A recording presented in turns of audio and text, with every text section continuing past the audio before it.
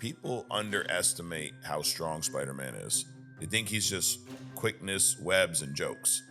How would Tobey beat Wolverine? Logan's gonna have a hard time even catching Peter. These two show up on a street corner. If Logan catches him off guard, he may land one shot, but Spidey's way too quick, dude. You always like simple. If Spidey's ready to kill, he will cocoon that bitch, roll his ass into the ocean, and he fucking drowns. There you go. Donald Trump is rumored to be mentioned in these documents over 1,000 times. Okay. I mean, over 1,000 times. Do you know who's mentioned in the Harry Potter series over 1,000 times? Harry Potter, because he's the main fucking character. Okay, yeah. So if you're mentioned over 1,000 times, I'm like, dude, you're the fucking main character. You got Elon Musk involved.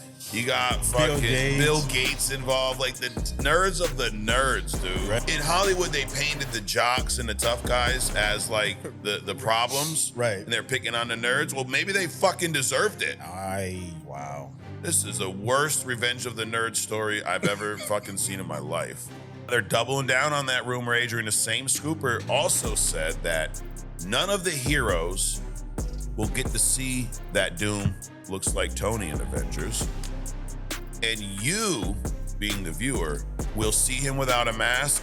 Not a lot, though, but the MCU heroes never will. That's the way it's supposed to be. I don't remember the last time I saw Doom without his mask. Dude, when your face looks like burnt fucking hamburger meat, you're probably not going to do a lot of time looking in the fucking mirror.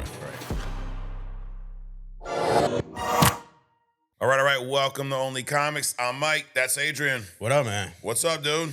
Hey, another day, another fucking 6 inches of snow. Yo, more snow out there again. It's all right, though. It is. You know, it's kind of like you say this all the time. Less people on the road. That's it. I drove here. Less people on the road. I got a rental because my Explorer's in the shop.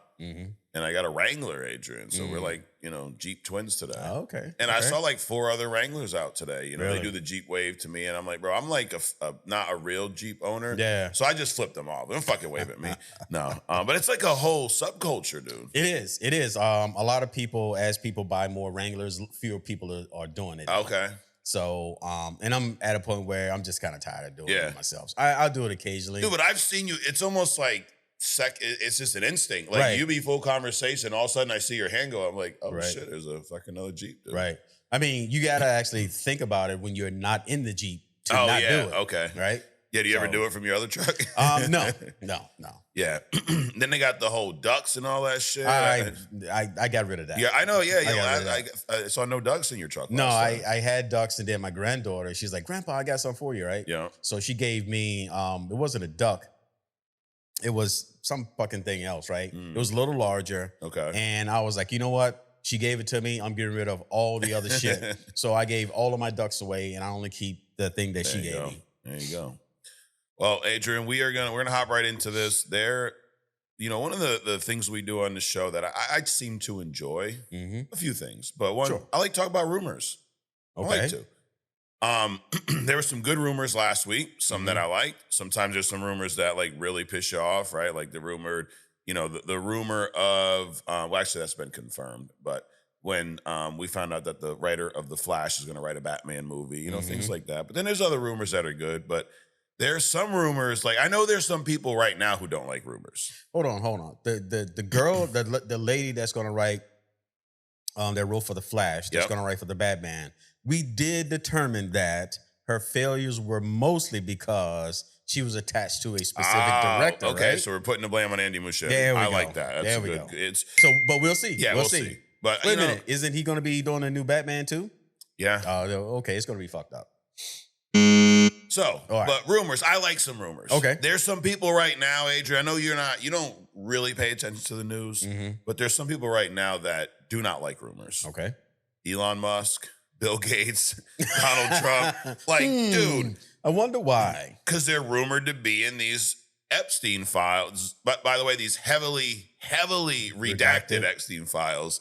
But there's some crazy fucking rumors right now, dude. All right, let's hear them. I mean, dude, they were talking about sacrificing children, eating babies, like insane shit. Bill Gates' ex-wife is like straight up throwing him under the bus. It's some crazy shit, dude. Wait a minute. He's no longer married? Bill Gates? No, they split because of affairs, and then now, like, to double down, now they're asking all these questions too. They're like, well, not only was he cheating on you with like adults, he also was cheating on you with children. Oh, Bill Gates was cheating? Oh yeah, he was up shit. in that Epstein motherfucking island, dude. Oh, yep. wow. And it's crazy because Trump he'll say, yeah, I have nothing to do with any of this. Mhm. But I've not dug into the Epstein files because I got to prepare for a podcast and talk about this stuff, right? So hold on a minute. So she got with the richest guy on the planet at the time, right?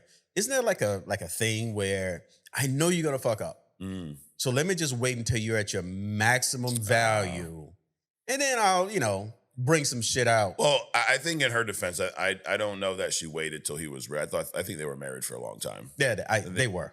Which is why I didn't even know that they weren't married anymore. Yeah, no, it was kind of low key. Like it wasn't broadcasted everywhere. Right. Now it fucking is. Well, it's not broadcast. It's now being broadcasted because of the other shit. Exactly. Not simply because they got a divorce. And she's like, she don't give a. I respect her because a lot of times exes are like, I don't want to tell you, I don't want to talk about it. You got to ask him, and she's like, she don't give a fuck, dude. She's doing her podcast. She's throwing him under the bus. Oh, shit.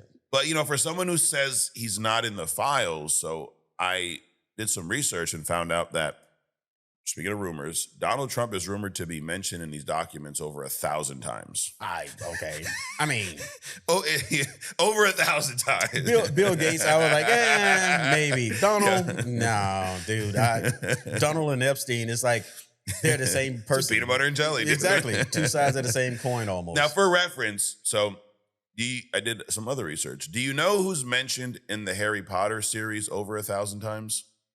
Harry Potter. Because he's the main fucking character. Okay, yeah. So if you're mentioned over 1,000 times, I'm like, dude, you're the fucking main character. You ain't no I'm not involved type shit. Damn. But what does this have to do with what we're talking about today? Well, we're going to talk about a main character in a rumor that I liked last week. Remember a while back on this show, I said that Tony Stark would not be Victor Von Doom and vice versa, right?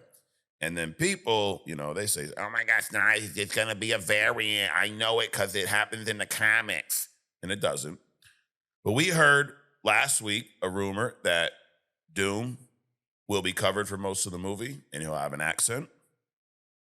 Now they're doubling down on that rumor. Adrian, the same scooper, also said that none of the heroes will get to see that Doom looks like Tony in Avengers.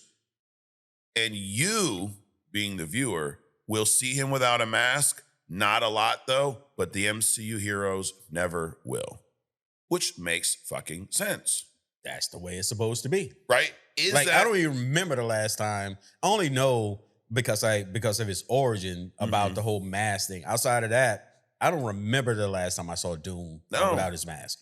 Dude, as a kid, I just thought he always had a mask. Sure. When you're not doing deep dives into origins when you're fucking 7 years old. Right. I always saw Doom as the guy in the mask. There you go. And the way they describe this is exactly how Doom is in the comics, right? The heroes never see Doom without his mask. Mm-hmm. Maybe occasionally the viewer might, sure. One out of every 4,700 fucking comic books. Right. If there's something going on where maybe his face gets healed or maybe it's an origin story or whatever. But dude, when your face looks like burnt fucking hamburger meat, you're probably not going to do a lot of time looking in the fucking mirror. Right. Right. I mean, come on. Yep. So another rumor that I enjoy, Adrian, sure. So all rumors are not created equal, I guess is the message here. Speaking of Doomsday, James Marsden, dude. So he's back as Cyclops, and he's doing some media. He's doing some talk. Now, he did not spoil anything like Ian McKellen. He's a little better trained. Ian's probably just, old. Exactly, dude. He's like, at that slipping. point, what are you gonna do? Fire me, bro? I'm like fucking 87 years old, right? Dude. Like, shit. Slipping, while you giving interviews, falling asleep during podcasts. It's all that stuff. It's happened, yeah. James says that he said he's been trained to not speak too much about this particular project, but you can count on being blown away, seeing so many new things, and then he glazes the Russos a little bit. Now, I'm pretty hyped for this movie, right? We talk about it every week. Like most people, I don't think there's, sure. I mean, I've not met someone that's like, I fucking don't want to see that movie. They don't feel about this movie the way we felt about Avatar 2 or 3 or 4 or 5, Right. I think for the most part, everyone's pretty, excited about it. Mm-hmm. But I'm going to play devil's advocate a little bit, Adrian. We're hearing a lot of good things. We're hearing what some would consider glaze, maybe. Okay. Is it possible that they're overhyping this movie?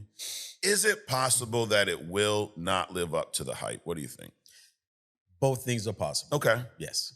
Now, doubtful. that was going to be my next possible. question. Like, what are the chances? You think it's like fucking 99-1? Like, it's...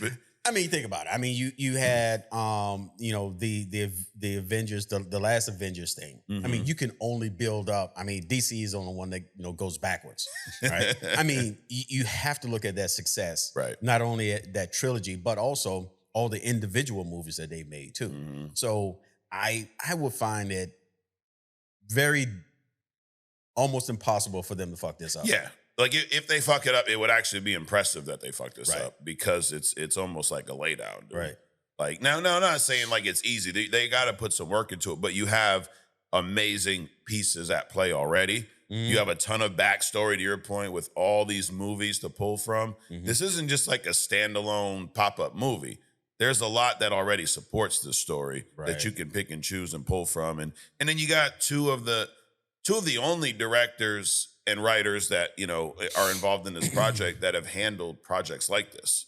So you got that going for you. You got the writers. I think the one of them it wrote WandaVision, and then the others wrote all of the movies that the Russos have directed in the MCU. So this is what they do. Right. It's like going to a fucking steak plate, like an actual steakhouse versus like Chili's. Right. There's that. Right. Like they fucked up my steak at Chili's.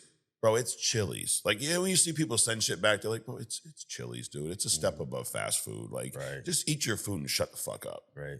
Chili's where they don't serve chili. Exactly, yeah. They actually do have chili on the menu, though. I checked last time for you. Yeah.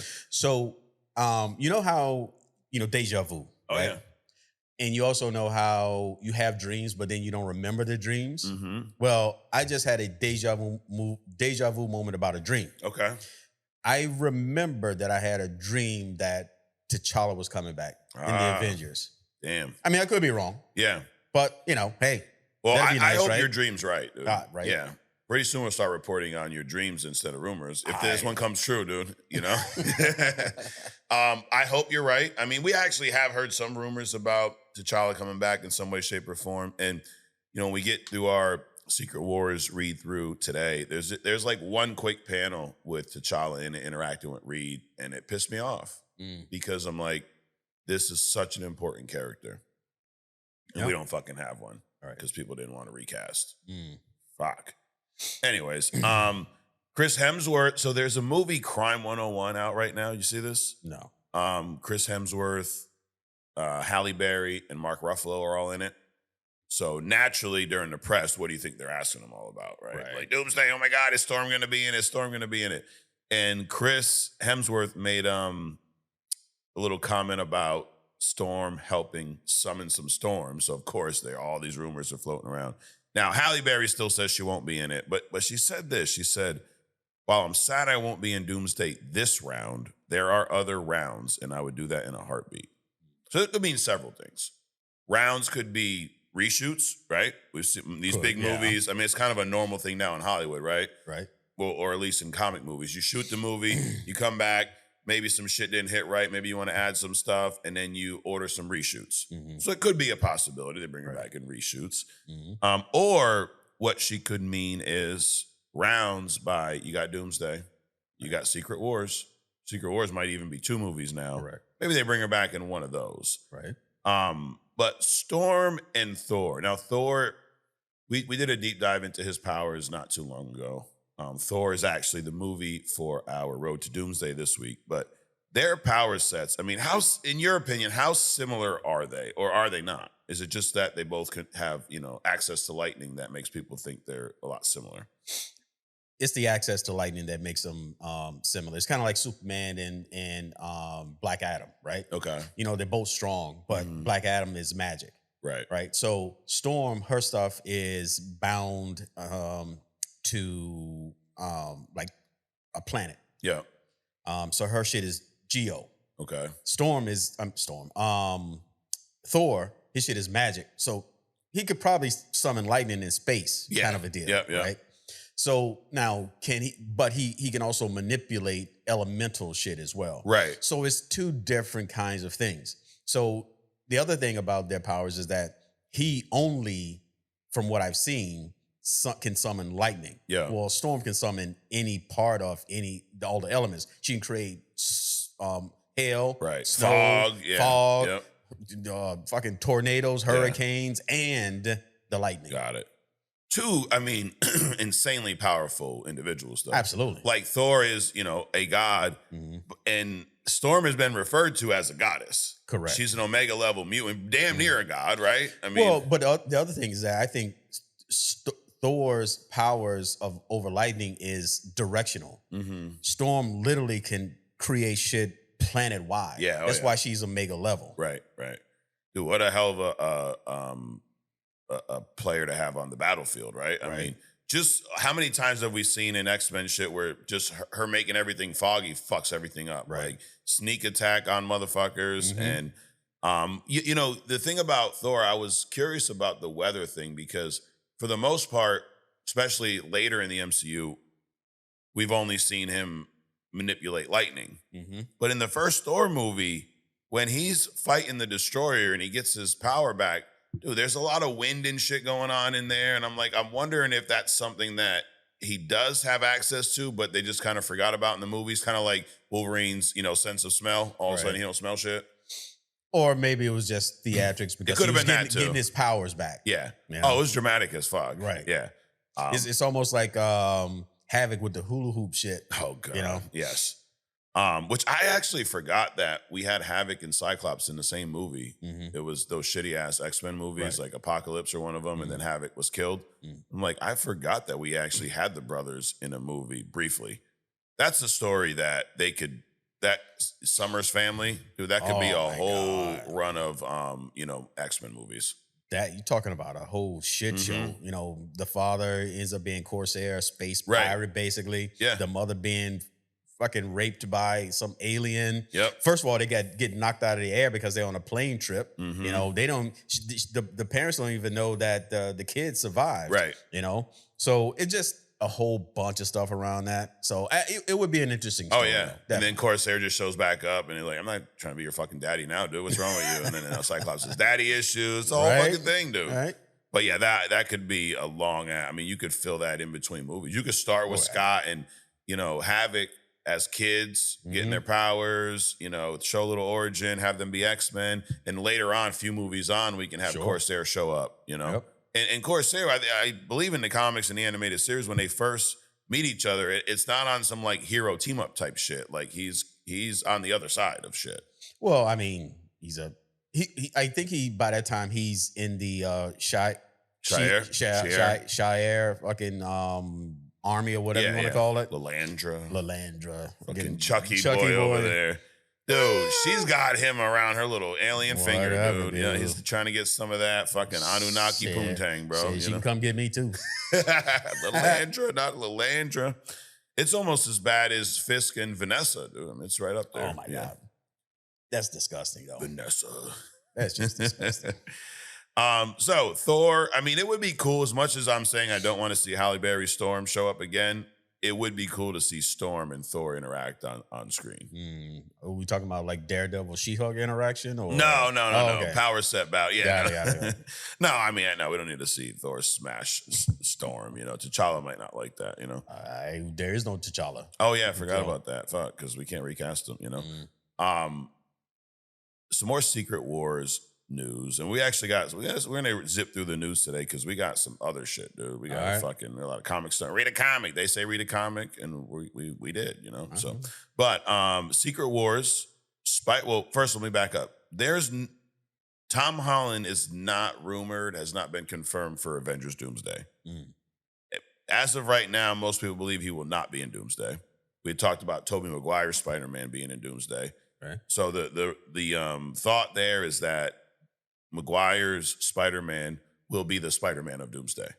But in Secret Wars, now let me give my thoughts on what I think is going to happen in Secret Wars. I believe that Secret Wars will have cameos, have probably 10 times the amount of cameos we saw in Deadpool Wolverine. Okay. Secret Wars is going to be a movie where everyone and their fucking brother shows up. Well, it should. It should be, right? Like, but that's the movie where that's going to happen. Right. There's going to be a lot of characters in Doomsday, but I feel like it's going to be like Infinity War, where you got pockets of them all over the place. Some of them are only in for a little bit. I don't think Doomsday is going to be the cameo fest that people. I think that's Secret Wars. Mm-hmm. So that being said, I'm kind of on the side of, dude, bring whoever the fuck you want back for that movie. The more the merrier, Adrian. Well, the more the merrier also means it is prime opportunity to sneak T'Challa back in. Yeah, absolutely. I'm just saying.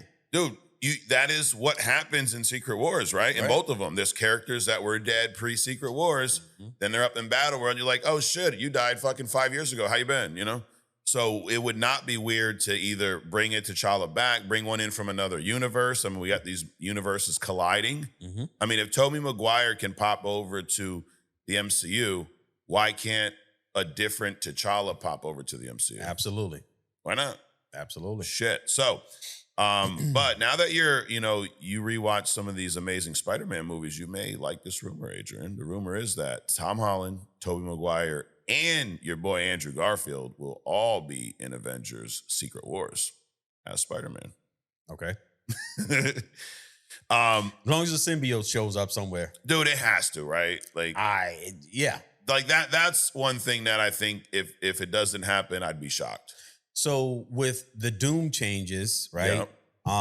And the Molecule Man changes and the Beyonder changes, right? So now Doom is the Beyonder and the Molecule Man is the battery and all this other kind of bullshit instead of the Beyonder's power. The one thing that always stood out was Spider-Man was the first one on the scene. Right. One of the first within the first group. And the symbiote was a result of this interaction. Yeah. So you gotta do that shit, dude. I hope so, dude. Well, you don't gotta do it. No, Oh, you're not gonna be like that guy. If they don't do that, it's gonna suck. It's gonna be whack. If they don't do the one thing I want them to do, I'm gonna hate the movie. That's it. It's like, yo, people make themselves miserable, dude. Like, just fucking, just enjoy this shit. Like, if this doesn't happen, I'm telling you, I'm done. I'm gonna cancel I'm not Disney watch more movies. Yeah, like, I'm gonna cancel my Disney Plus, bro. Fucking, your fucking $10 ain't gonna hurt them, dude. No. Like, anyway, there's also a rumor that Ryan Reynolds will play a big role in Avengers Secret Wars. That one I'm not too excited about. No. I kind of like him in his Deadpool. Like, I don't need you being the main character in the fucking MCU. You know, that's a character we don't have to see any part of his face at any point. Oh yeah, absolutely. And unfortunately, just do like a couple seconds cameo, move the fuck on. Yep. It's like fucking SpaghettiOs and shit just plastered on a face. And I'm saying that as I'm wearing the Deadpool shirt. I mean, I like Deadpool. It's just Deadpool, it's like, dude, Not in this. Yeah, on the side. Dude, I like peanut butter and jelly and I like mashed potatoes. I don't eat them to fucking together, Damn. So, yeah. I mean, that would be weird, wouldn't it? You dip in your peanut butter jelly and mashed potatoes. Oh, okay. We can move on. I'm saying I like them both, Sure, it's like I like Deadpool, I like Avengers, but we don't really... He can have a side role. What are the two most perfect tastes there are? I don't know. That's a hard question. I don't have a favorite anything. Mustard and bacon. Not together. You're on your own with that one, bro. That's okay. Mustard and bacon. I've been on my own island my whole life. I'm good. Mustard and bacon. Okay. Mustard and bacon. Reminds me of Big Daddy, tuna fish and liver, or whatever. It's like, what? It goes together like tuna fish and liver, some shit like that. And you guys like, what the fuck are you talking about? I just say something like peanut butter and jelly. All right, moving on. Last piece of news. We Wonder Man we saw a couple weeks ago. Yep. Good show, right? Good show. After you had some time with it, still feel pretty good show.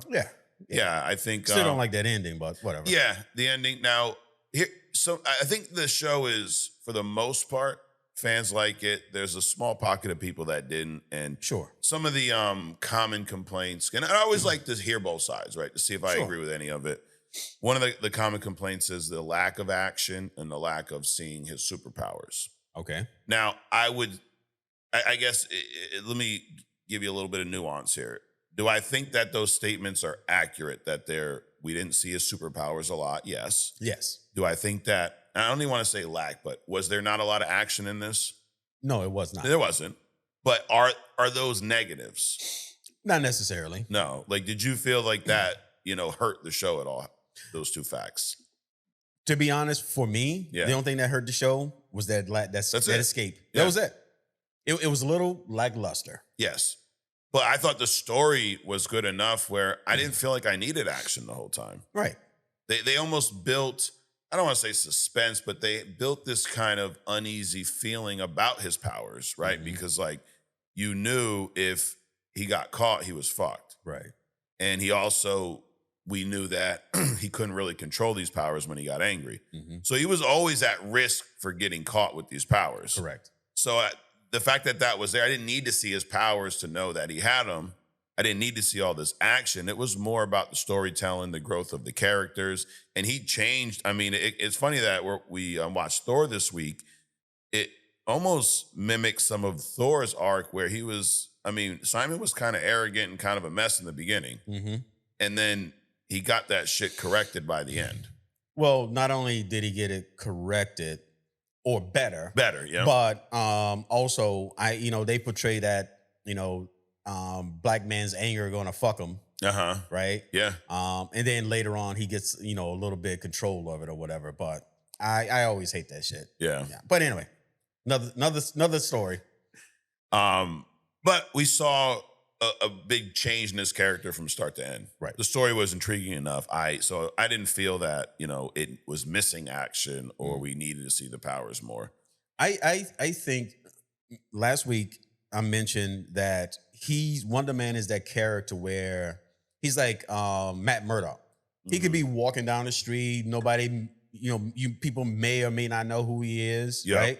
And I like that, being able to just, mingle with society, as opposed to like a Hulk sitting in a fucking breakfast place with glasses and a arm sling on, right? He's obvious. Right. So I like the fact that they made him almost, invisible to the public outside of his fame, playing in a movie in the movie. Right. Yeah. No, I don't think it was missing those two things. I was good with it. Now, at the end of this show, did you feel like I'd like to see more Wonder Man, I wouldn't like to see more Wonder Man, or I really don't give a shit either way? I would like to see more. Well, you're going to like this rumor then, Adrian. Go. The rumor is Marvel is very close to giving the green light to second season of Wonder Man. That's a thumbs down. Okay. I don't like that very close shit. Okay. Either do it or don't. Got it. if you're going to fucking do it or not. Yeah. But the fact that there's a rumor out. There's a rumor, yeah. More than likely.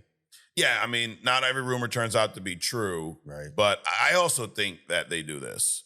They intentionally leak shit like this. Just to kind of gauge things. To find out what me and you are going to say. Right. Yeah.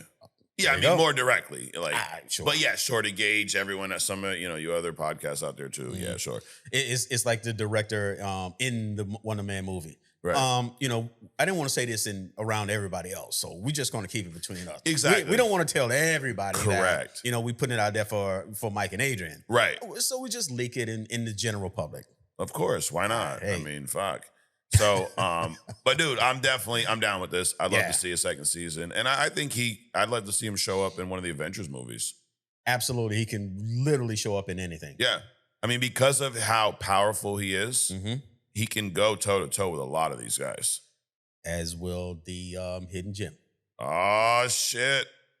Is the Hidden Gem Jeffrey Epstein? No. No, okay. No. It's Bill Clinton. Oh, nice.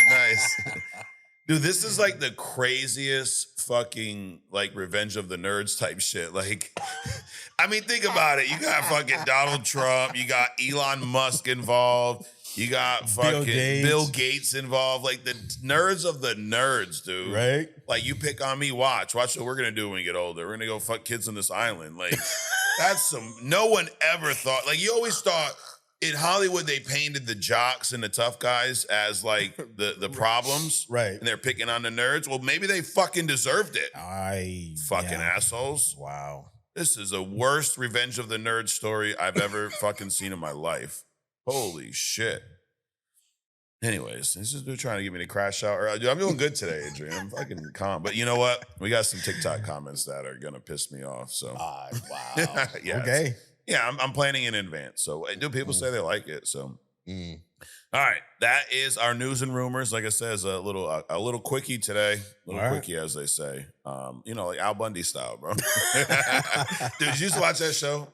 I saw some of it, but Yeah. I find that so I recently found Al Bundy's funniest moments. Yep. Dude, I He's can't a even trip, bro. drive He's a and trip. listen to that shit. It is insane. It is also insane the shit that they can get away with back then. Oh, on TV back, yes. As opposed to now. Yeah. Like you can't call, a fat person fat. Right. It's like, it's crazy.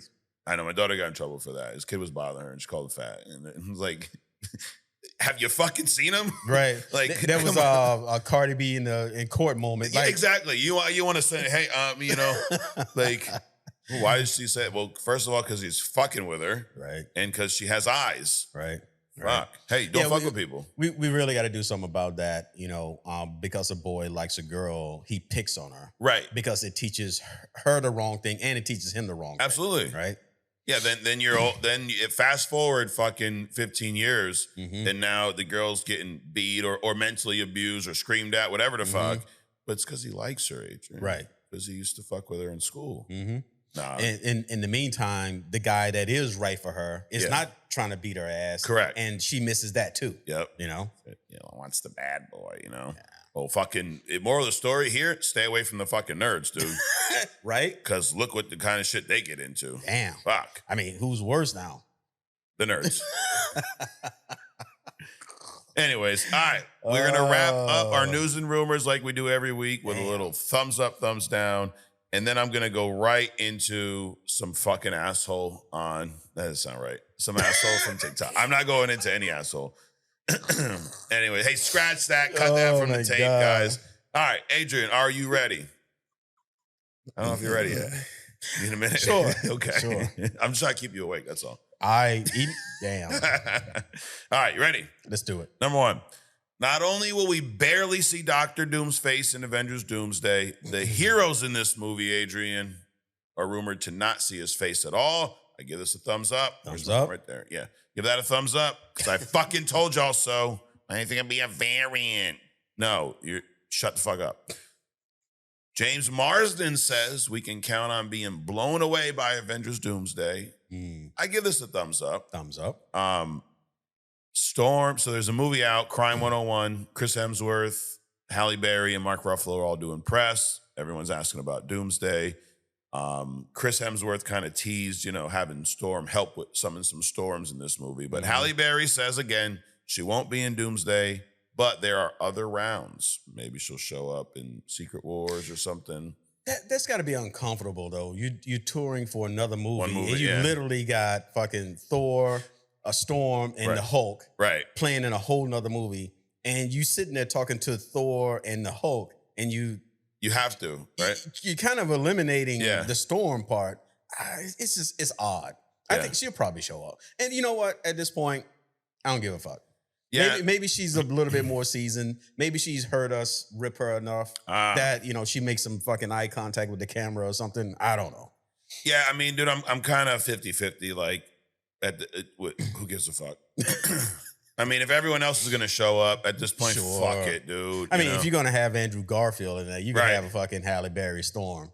So, I'm going to give this more rounds a thumbs up. Okay. Fuck it. I'm coming over, Adrian. There you go. Speaking of Andrew Garfield, Tom Holland, Tobey Maguire, and Andrew Garfield are rumored to all return as Spider-Man in Avengers Secret Wars. I give this a thumbs up. Thumbs up. If we have 3 Spider-Man, then there's 3 chances that someone's going to get a symbiote. It's just 3 more than 1, right? It's like buying lottery tickets. The more you buy, the more you're going to win. Just make sure it's Tom Holland. Yeah. Yes. Yeah. Absolutely. Yeah. Toby's too old and Garfield is just not it. Damn.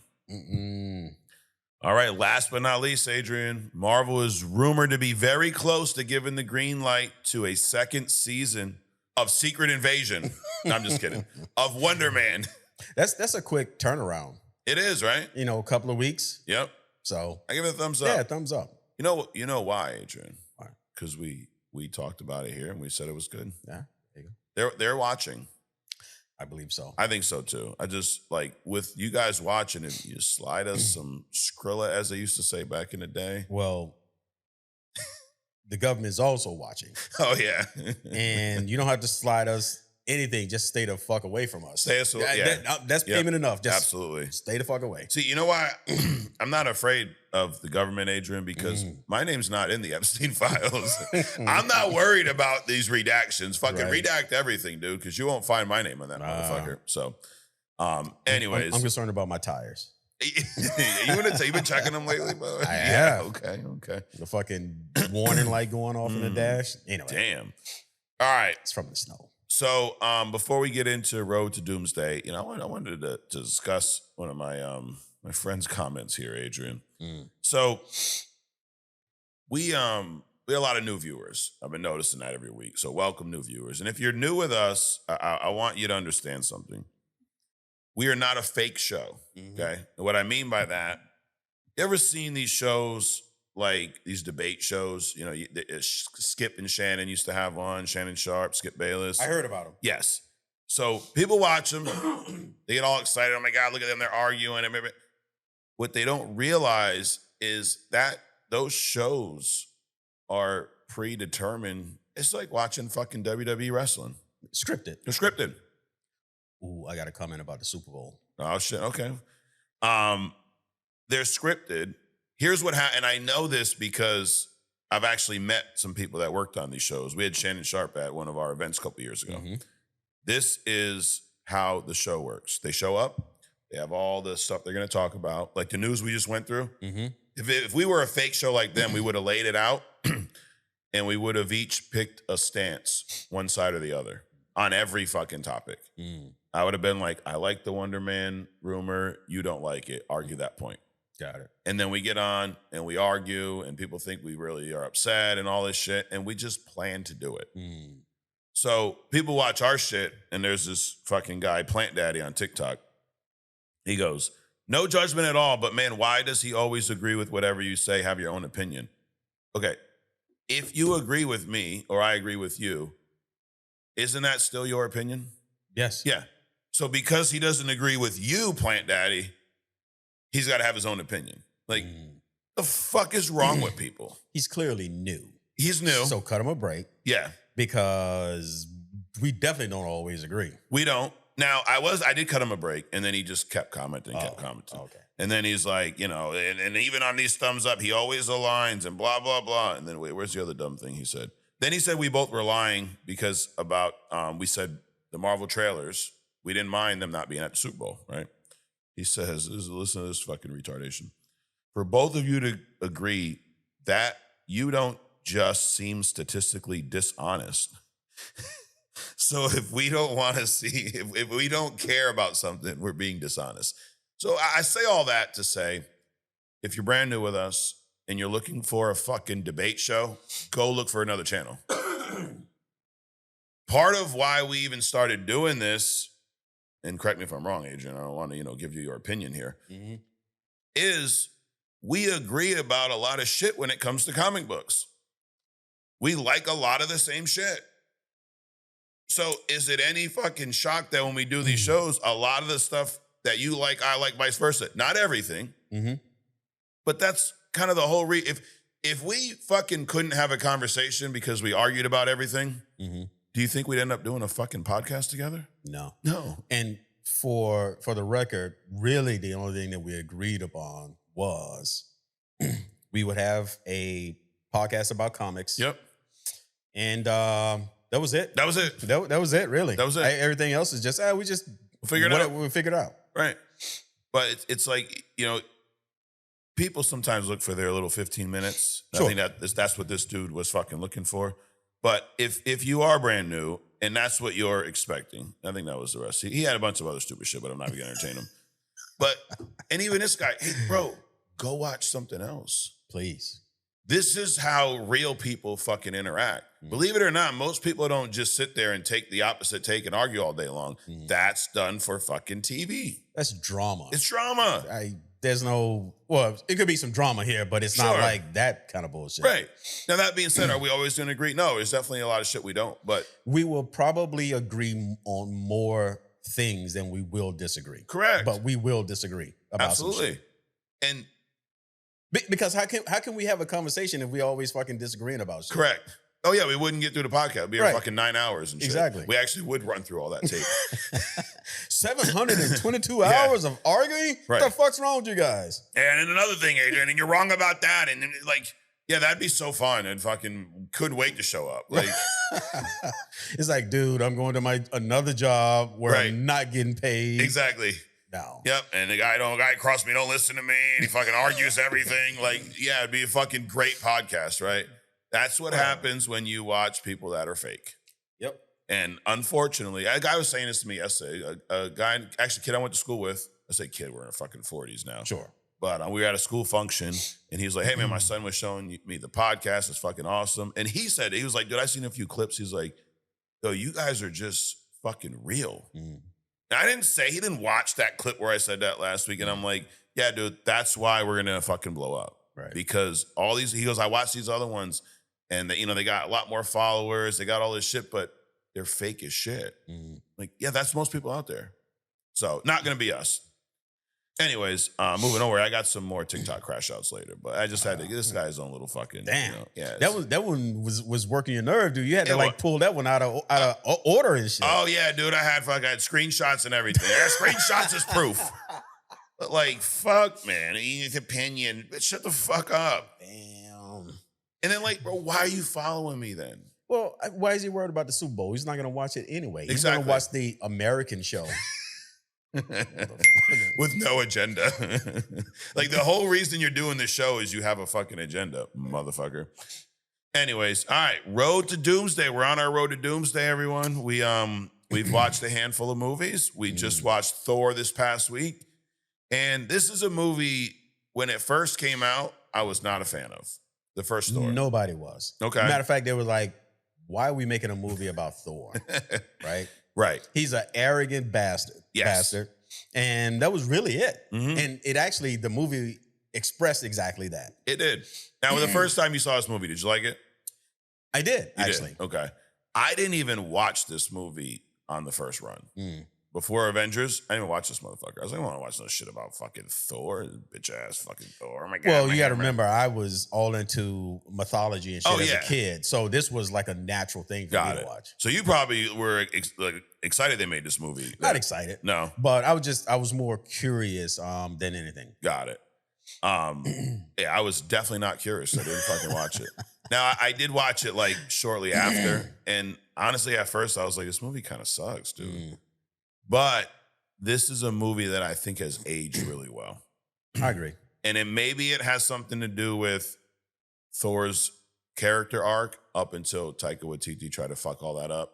Right. But I mean, you erased that one movie, Love and Thunder. In my opinion, Love and Thunder was like a fever dream that Thor had. It's not even real. I was going to say something similar in that I barely, it's foggy. Yeah. It's foggy. Remember you said that dream you had that you forgot and you remembered? Unfortunately, this is like a fucking dream that I remember. But seeing what they did with Thor's character, I think does make this first one a lot better. I don't know. I'd put it, of the movies we've seen so far, from Captain Marvel, the first two Iron Man movies, and Incredible Hulk, dude, I'd probably put this movie under all of them except for Captain Marvel. Like both Iron Man movies are better than Thor. I want to say, but we're gonna be accused of agreeing again. I know, right? Dude. Oh my God, you agree with him. But yeah, Like, is Incredible Hulk better than Thor? I don't think so. No, okay. No. So you'd have it above that one. Yeah. Got it. Oh, look, hey, fucking Plant Daddy, we didn't agree. So write it down, yeah. bitch. So the bottom would be Captain Marvel. well, so Thor, Hulk, Marvel. Okay. So you'd have Thor. You have Thor above Incredible Hulk. Yes. Okay. Got it. And you have Iron Man 2 above Thor. Yes. Yeah. Yeah, I think I would just switch them. I think I like Incredible Hulk a little bit more. But they're close. They're close. But things I like about this movie, I love the world building, Asgard, the realms, like that shit was cool as shit. It looked phenomenal too. Mm-hmm. It's kind of the first time in the MCU we go out to the cosmos, right? Everything so far has happened here on Earth. It's been pretty much grounded for the most part. And this was the first time from a release order that we went out to space, cosmos, realms. Well, I mean, it's not technically space; it's a realm. True. Right? It's the equivalent of what we would call heaven. Okay. Right? And you know why Thor even exists in the comics, right? Why? Well, when they came out with the Incredible Hulk, he's so powerful. Yeah. Right? Like nobody could defeat him but a god. So that's where Thor kind of came in. That's right. Now that you say that, I'm getting deja vu. I remember you saying that before. And I mean, and it pulls right from Norse mythology, which I thought is cool. How it's very similar. Obviously, there's some changes for the comics. It's not as, I think there's a lot more to the Norse mythology than what we see. Yeah. But that was cool. And Odin, dude, Odin's a badass. Oh yeah. Odin's a character that I think we don't talk a lot about, but he kind of feels like a sideline character, but he's the most powerful motherfucker in this movie. Well, in the movie, yes. Yeah, in this movie, yeah. So this movie takes place during the big week, Adrian, during Nick Fury's big week. Takes place at the same time as Iron Man 2 and Incredible Hulk. Matter of fact, in Iron Man 2, remember Agent Coulson makes a comment about having to leave for New Mexico. Right. Well, he's going down to check out this fucking hammer. Mjolnir. See that? Yeah. Learn that here. It's an educational program. And then in the post-credit scenes of Iron Man 2, you see the hammer in the crater. I really, you talk a lot about supporting characters. And Thor has a good little supporting group. Absolutely. He's got kind of two. He's got his Asgard crew, right? Wait, who does? Thor. Oh, I thought you said somebody. You said somebody, blah, blah, two. Oh, I don't know what I said. But Thor has his own little sideline group, but he's got two of them. Right. He's got the Earth realm and the Asgard realm, right? Like he's got, what the fuck's I always forget their fucking names, but the big old bulky looking dude starts with a V. Then he's got Sif, the chick, right, who kind of likes him but doesn't. And then, so he's got his little Asgard crew. And then on Earth, he's got Jane Foster. Right. He's got Darcy. He's got, what's his name? Selvig, the scientist guy. He's got that whole crew.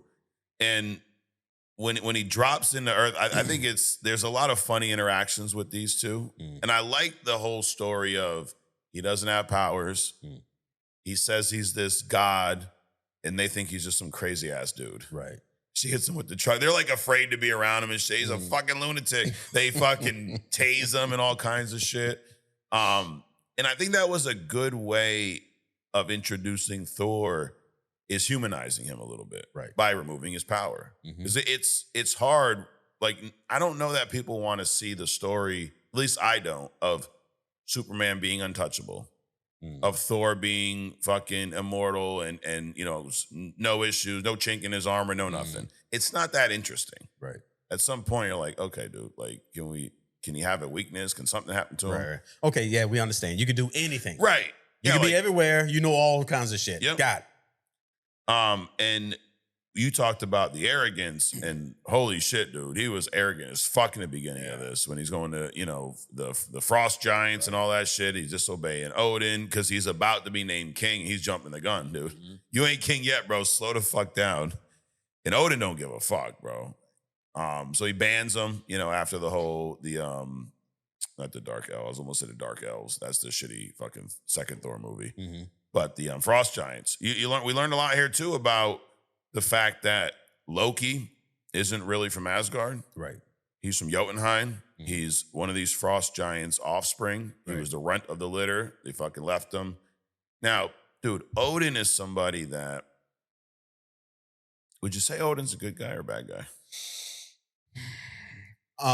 So before I answer that particular question. Yeah. So this is seems to be a trait of these long-lived entities, right? Okay. Like the Anunnaki. Yeah. Inky, right? Or whatever. And how he treated his son, like fucking nuked his son's house and shit. What the fuck you doing over there? Blow that shit up. Yeah. Exactly. So in Odin, he's like, dude, fuck you. It's like, I'm gonna take your power away, take your toy away, and dump you on this planet where you definitely don't want to be. Right. Right. I think Odin is benign. He has to be. He's like, I will interfere where it makes sense. he's too powerful to be a dick or not. Okay. So when I say benign, he's like money. Money could be good or bad. It's just how you use it. And I think Odin is that way. Got it. The part of this movie where I say it kind of leans towards being more on the evil side is the whole adoption of Loki. Did he adopt Loki because he felt bad and wanted to take care of this innocent child, or did he adopt him more because he would be able to use that against the Frost Giants later on? All right, so this is a thing that I don't think a lot of people understand. Men, especially those men. Yeah.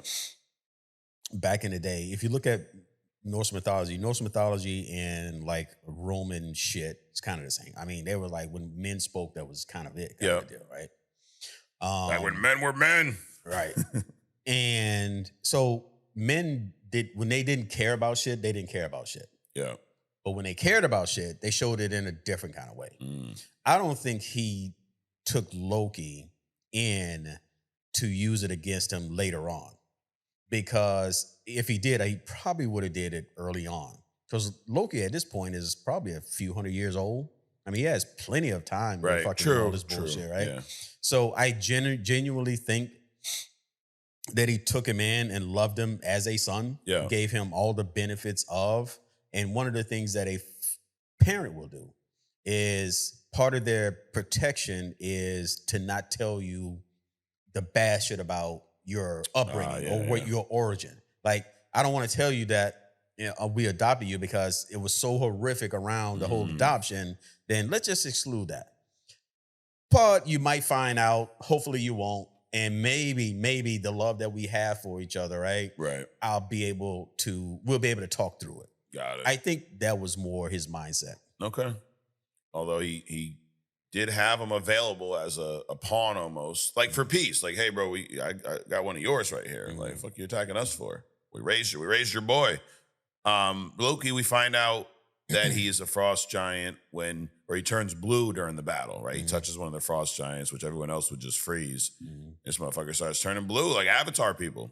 Well, so that's to me, and it's always the kids that ends up being the assholes, right? Because you don't think about all the shit that the parent goes through to protect your ass all this time. Right. You just think, okay, I didn't ask to be born, and I didn't ask you to do all this bullshit. I mean, like I said, they look 35. They're probably a couple hundred years old. This dude's been rocking your dumb ass for 200 years or whatever it was, right? Yeah. And then the first thing that you do, the first opportunity you get is fucking try to backdoor him. Of course, dude.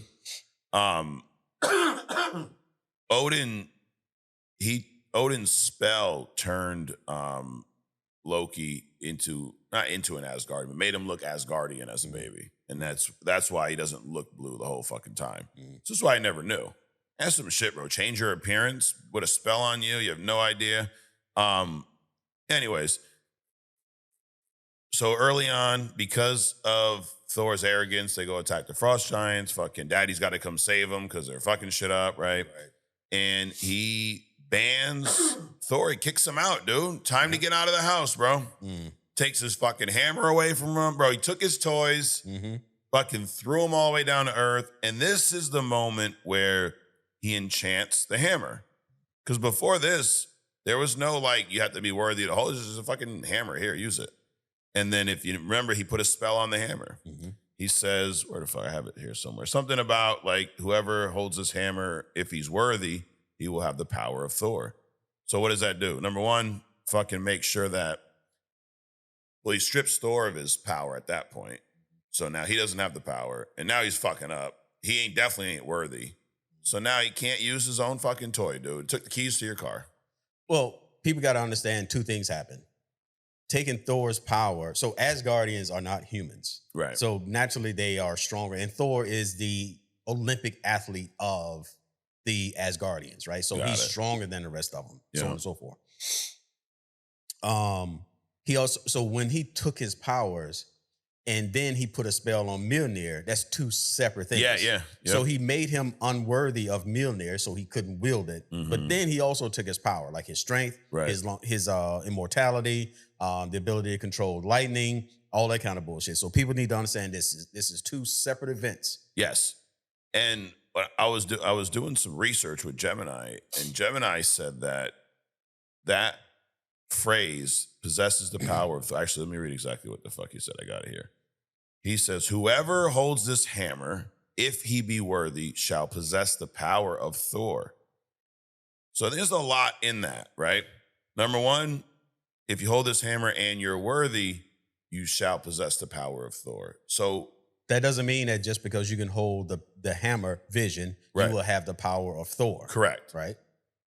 It also sounds like he almost uploaded Thor's power to this hammer. So he took Thor's power away, puts it in his fucking hammer, and was like, dude, once you're worthy, you can get the shit back, kind of.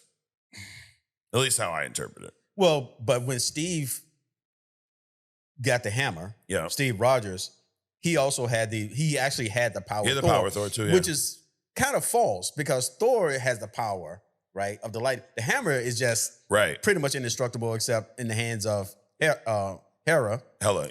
Yeah. Gives him flight, things like that. The fucking hammer doesn't have the power of lightning in it. Right. So that's kind of like the way they wrote it or the way I understood it. It's kind of like when they put webs, gave Peter Parker the ability to fucking shoot webs out of his arms. Yeah.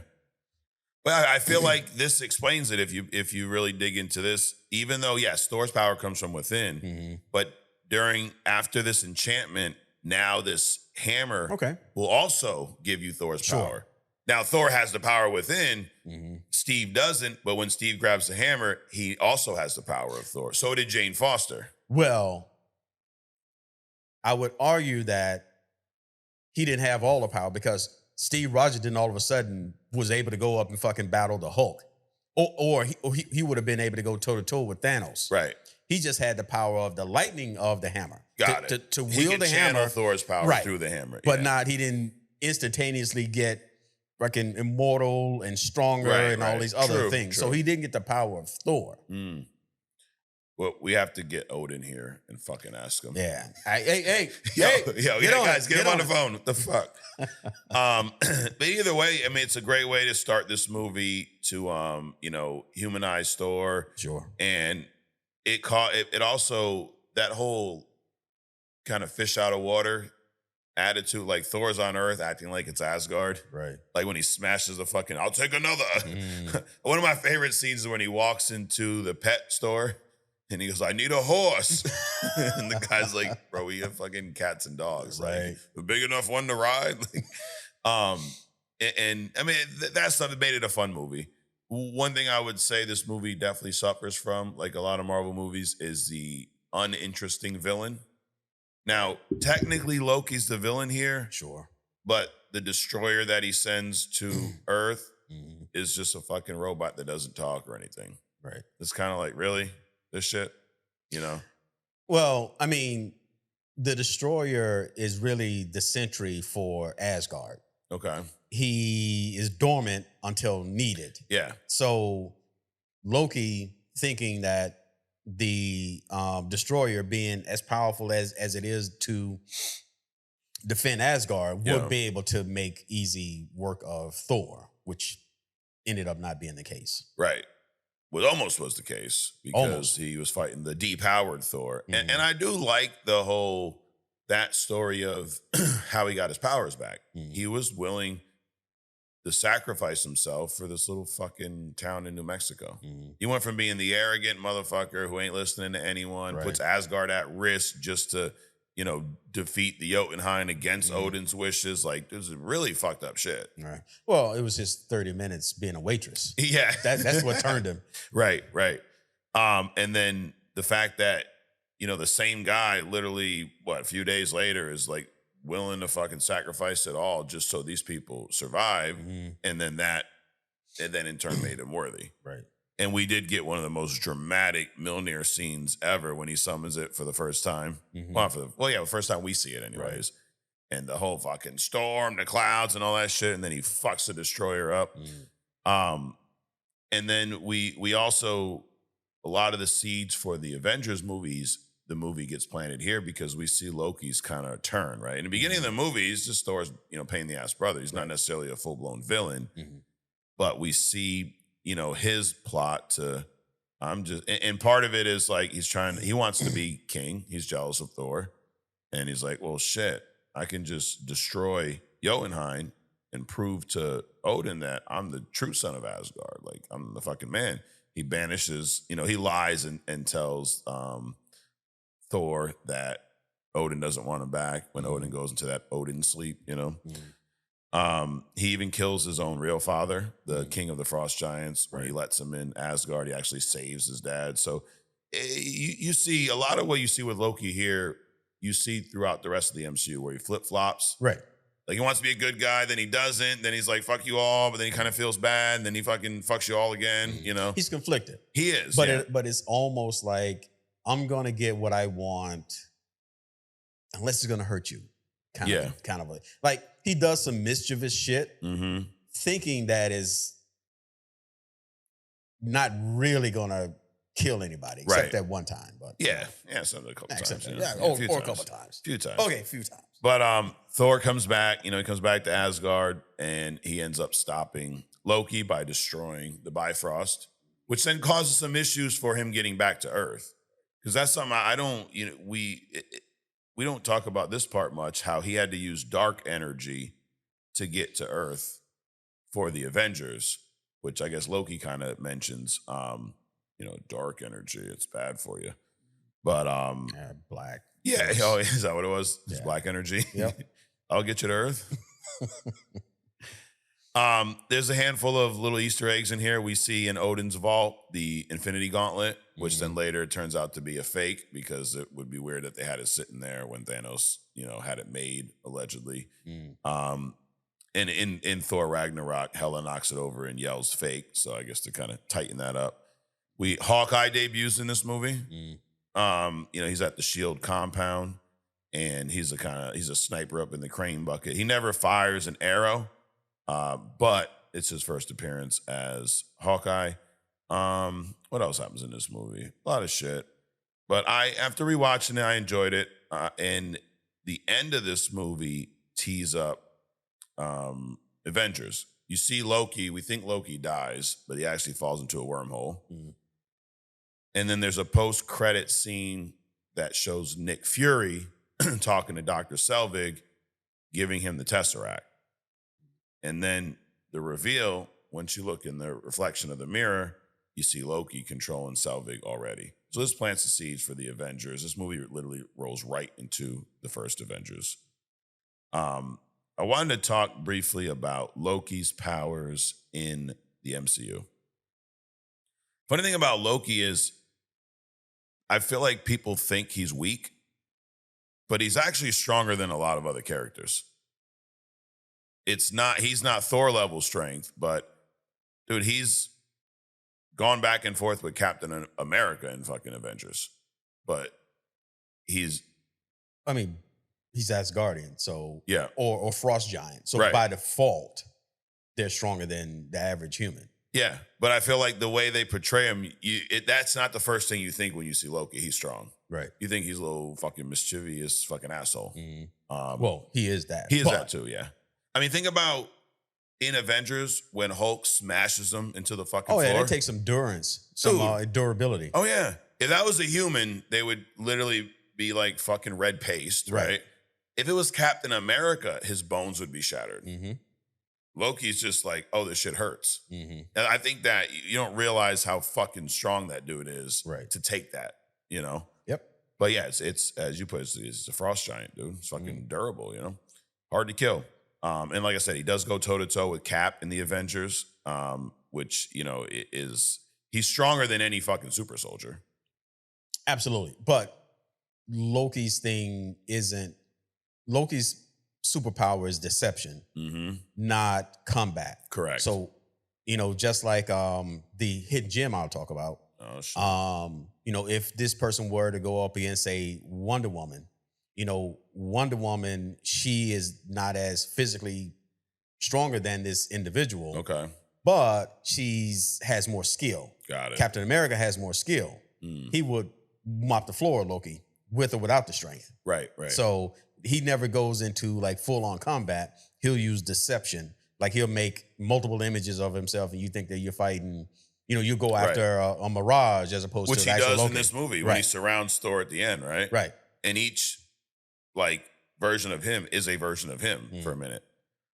He has magic. Frigga, his mom's a friggin' fucking magician almost.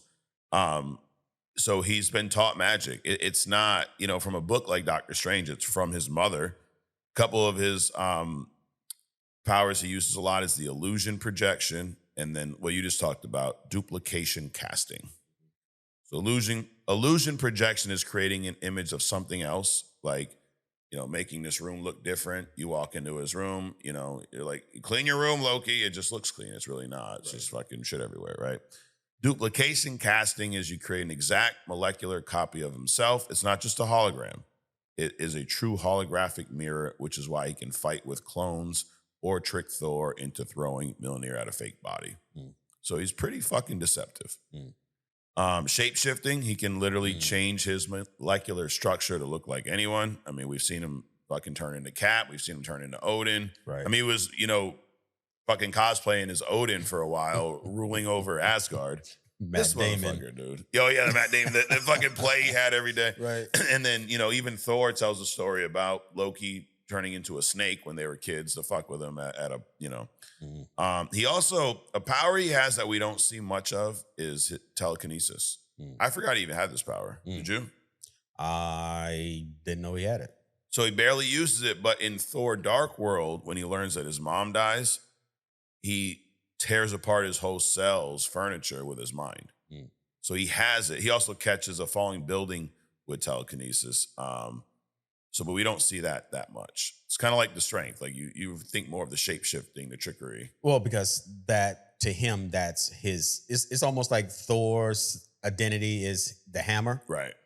Loki's identity is his deception. So, he don't use all the other shit. Right. So, and then thing about Loki, which is cool, is first of all, I didn't know the depth of his power even then, but it makes sense why he was the first big baddie for the Avengers. But his character arc in the MCU is, I think, one of the best. Yeah. How he goes from being this, kind of confused child, right? And then we learn the reason why is, bro, you don't even fit in with these motherfuckers. You're a damn, frost giant. That's why you're struggling with good, bad, whatever. And you go from that being the most selfish motherfucker in the whole universe to being the most selfless by sacrificing yourself to bring everything together. So hell of a arc, a run. So I enjoyed Thor, and I'm really excited to watch the Avengers this week. I haven't seen that movie in a while. And I just want to bring everyone up to speed. So if you are on this road with us, if you're just joining now, that's fine. Let me tell you where we're at so far. The Tesseract has been a big part of these early movies. We saw that first in the first Avenger in Captain America. Red Skull finds it in Norway. He makes weapons out of it. Cap defeats him. The Q burns a hole in the plane, falls into the ocean. Fast forward, Howard Stark fishes this motherfucker out of the ocean while they're trying to find Steve. They don't find him. They get the fucking Tesseract. Then in Captain Marvel, in Marvel's lab, it shows back up. This is how Captain Marvel gets her powers. The fucking Flurkin eats the goddamn Tesseract.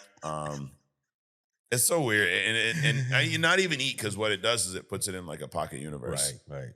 That's a hell of a storage fucking setup, right? We see all those storage units on like the highways. You get a couple Flurkins, bro. Right. Apparently you only need one. You only need one, yeah. Hey, swallow my fucking house. I'm tired of living here. Put it in a fucking pocket universe for a little bit.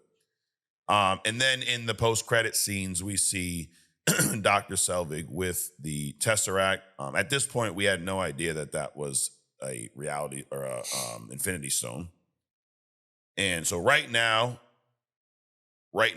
in our story here, the Tesseract is at the S.H.I.E.L.D. facility. Selvig is studying it while he's being controlled by Loki. And we see what the fuck happens there. The main villain is going to be Loki. We saw him let go of Odin's spirit at the end. He falls into this wormhole. We think he's down. Oh my God, my brother. Oh my God, but he's not. And I mean, he was rejected by his father. He found out he was a frost giant. He's fucking desperate to prove he is a king.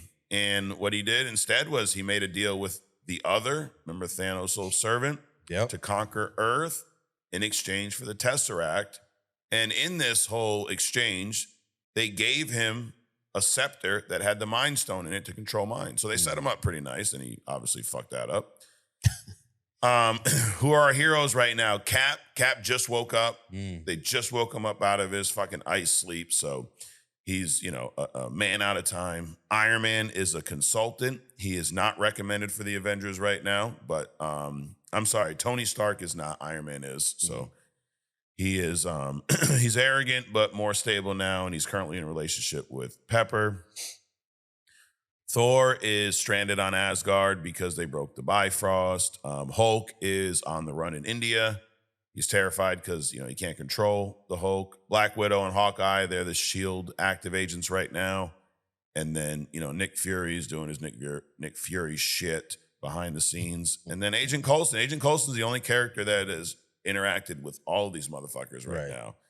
And he is, obviously we know what happens in Avengers with him, but he becomes, kind of the heart of the team, dude. Right. And then they fucking whack my man. And then they bring him back, of course, because he's not Uncle Ben, Of course. So that being said, I'm ready to fucking assemble for the Avengers this week, Adrian. So, all right, Road to Secret Wars next. If you haven't already, subscribe, drop us some comments, read a comment.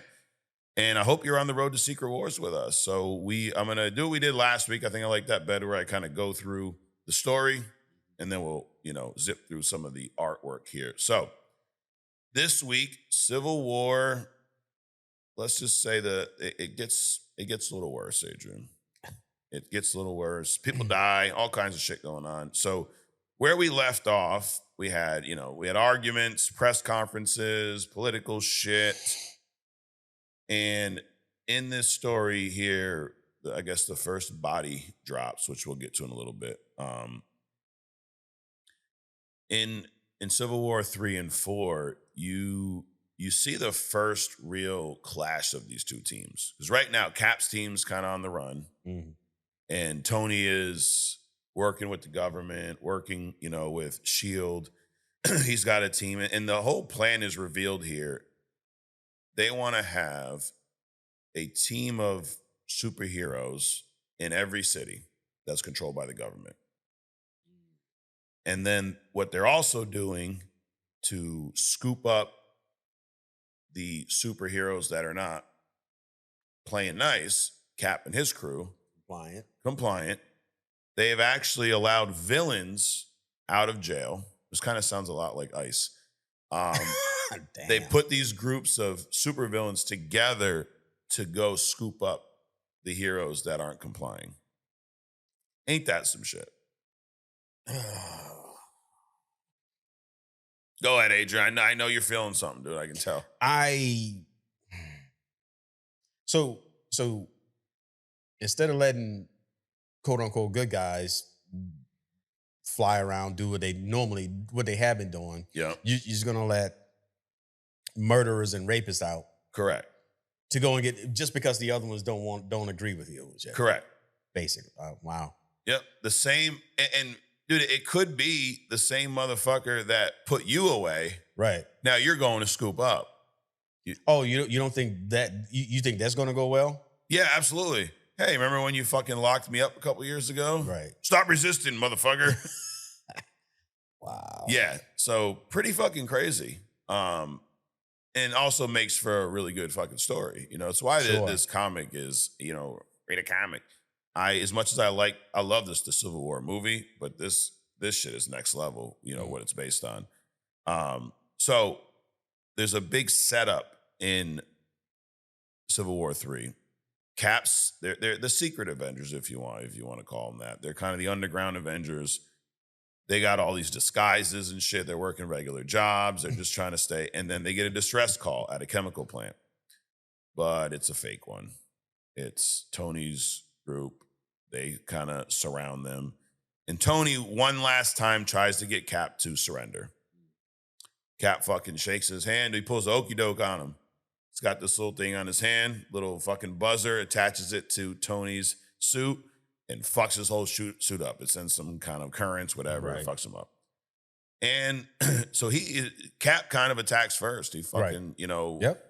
That's definitely an attack. You have to. I mean, he's Sure. he's a battlefield fucking technician, dude. Mm-hmm. This is what he does, right?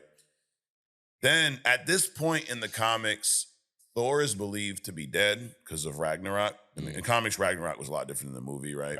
So he's believed to be dead, missing, and I think we find out he's in some kind of like sleep or some shit. Either way, a motherfucker ain't around. Mm-hmm. Well, in this fight, he shows up. Lightning strikes. Oh my God, why is Thor here? We thought he was dead. Everybody's confused and shit. And then we realize, by the way he's acting, bro, this ain't the Thor we're used to. He's a little fucking more unhinged. And then your boy Bill Foster, Goliath. Goliath he was a scientist, longtime Avenger. Yep.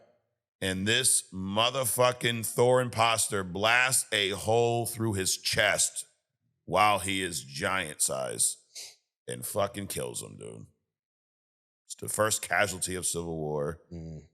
It is, it's not a good thing. And it holes in the chest typically are dude. Not good. Yeah, things. there's no coming back from that, dude. Nope. Then we find out it wasn't actually Thor. It was a cyborg clone that, check this, they named him Ragnarok. You know who built this motherfucker? Tony, Reed, and Hank Pym. Of course. Using a strand of Thor's hair that Tony saved from the first Avengers meeting. They built him from a strand. Yep. Wow. Yeah. Oh, yeah. I mean, those three, they figured it out. For sure. But obviously, they didn't perfect it because Thor's, even in a battle like this, Thor's not going to blast a fucking hole through Goliath's chest. Right. But Tony's involved. And typically, shit that he builds kind of like fucks up. And and Hank too, right? I mean, in the comics, Hank built, what's his name? Ultron. Yeah. And so you got these three motherfuckers. You got Reed just glazing Tony, he's fucking blowing him under the table. Damn. Yeah. So, and Tony compares their actions to building the atomic bomb. He argues that they had to end the war quickly to save lives. Sure. Yeah, so like, is this Tony, just being a pragmatic genius, or is it almost like a fucking war crime, dude? Or is it kind of in the middle somewhere? I mean, when you're that smart and you're doing things like that, at some point you kind of like separate yourself from the rest of society, right? So you don't really see things like other people. Yeah. So he could be aloof, He's just doing shit because he can, right? Be damned the consequences. Who knows? Damn. And Reed is so focused on like the math behind all this shit. He's so detached in this that he doesn't even see the death as a tragedy. He sees it as a statistical error in his calculations. He's too focused with the council trying to figure out where Sue's at. Oh, he's distracted. Speaking of Sue, this is when she fucking bounces, dude. Of she course. Leaves out in the middle of the night, which we'll get to in a second. So that was Civil War 3 and 4. Then we had New Avengers 22. And this is Luke Cage making a stand, dude. Tony tries to recruit Luke and Jessica Jones, and they're not down with that. And he kind of tells them, like, dude, you if you're not, join us, you're kind of against this type shit. Right. And it's at and then they show, in this comic, they show Tony meeting them before the Registration Act is passed. The act is passed at midnight. Jessica Jones, goes on the run to Canada with their babies. At this point, they have a baby. And Luke is then sitting on a park bench waiting for S.H.I.E.L.D. to come, and he fights an entire fucking squad. They call them Cape Killers. Like, right at midnight, they show up, and Luke's fighting them. And this is where, in the comics, Luke Cage moved from being like a B, C-list guy to an A-list. This is where he becomes the center of the New Avengers for a while. He becomes basically their main character. So which I think is cool. I like Luke Cage. I've always Yeah. liked him as a character, and I think he is someone that has those characteristics that could lead one of these groups, which we saw for a while here. Sure. So he and there's a lot more that happens in that one. But that was the I guess the big piece. And then Amazing Spider-Man 534. We see Peter fighting alongside Iron Man, but he's watching these cape killers brutalize these lower tier heroes. You see a lot of that in this story too, like a lot of shit you see now. Why? I mean, you're letting fucking villains go out there and have free reign over people they don't like. Right. Does it sound like something else? A little bit. Yeah. Maybe. What's that? Art, life imitates art or some shit? I don't know. But so this puts Peter in a fucked up spot because he's being told one thing by Tony, and then he's seeing the reality out there. He's seeing these unregistered heroes being treated like fucking cattle. So, and then Peter has to fight Cap when Cap ambushes them. But his heart's not in it. He's starting to realize that he's on the wrong side of this. So that plants a lot of seeds for, in the future. Because, I mean, one thing about Peter, dude, Peter is a fucking stand-up guy. Yeah. He's not gonna, he won't walk that line like Tony or Reed. Yeah. I don't know if it's a line that Tony walks, True, he has no lines. Yeah. What does this set up for Secret Wars? We see the beginning of Reed, I guess, getting out of control, kind of to your point of like being so fascinated on solving issues, like future issues, and not worrying about what's happening. Right. I mean, there's a scene in here where he is talking to T'Challa because they're trying to recruit like T'Challa to do this. They wanted the U.S. wanted his support, and he's like, "Fuck y'all." And remember, Johnny Storm was in the hospital, right? T'Challa asked, "Hey man, how's your brother-in-law?" And Reed is like, "I haven't really gone to see him, but Sue's there, and if there was an issue, she would tell me." And T'Challa was like, "Let me give you a piece of advice. Yeah. Go see your brother-in-law." And he's too busy with this, the social science equations, all this bullshit. And Reed, being so detached, forces Sue to leave him. She leaves him a letter. She tells him that, I'm going to leave the kids with you because I'm going on the run type shit. Her and her brother, because Johnny actually, he woke up, he's not in a coma anymore. So she's like, I'm going to go run off. I'm going to go with my brother, and you can keep the kids here because we shouldn't bring them on this side of it, but I'm not down with this shit.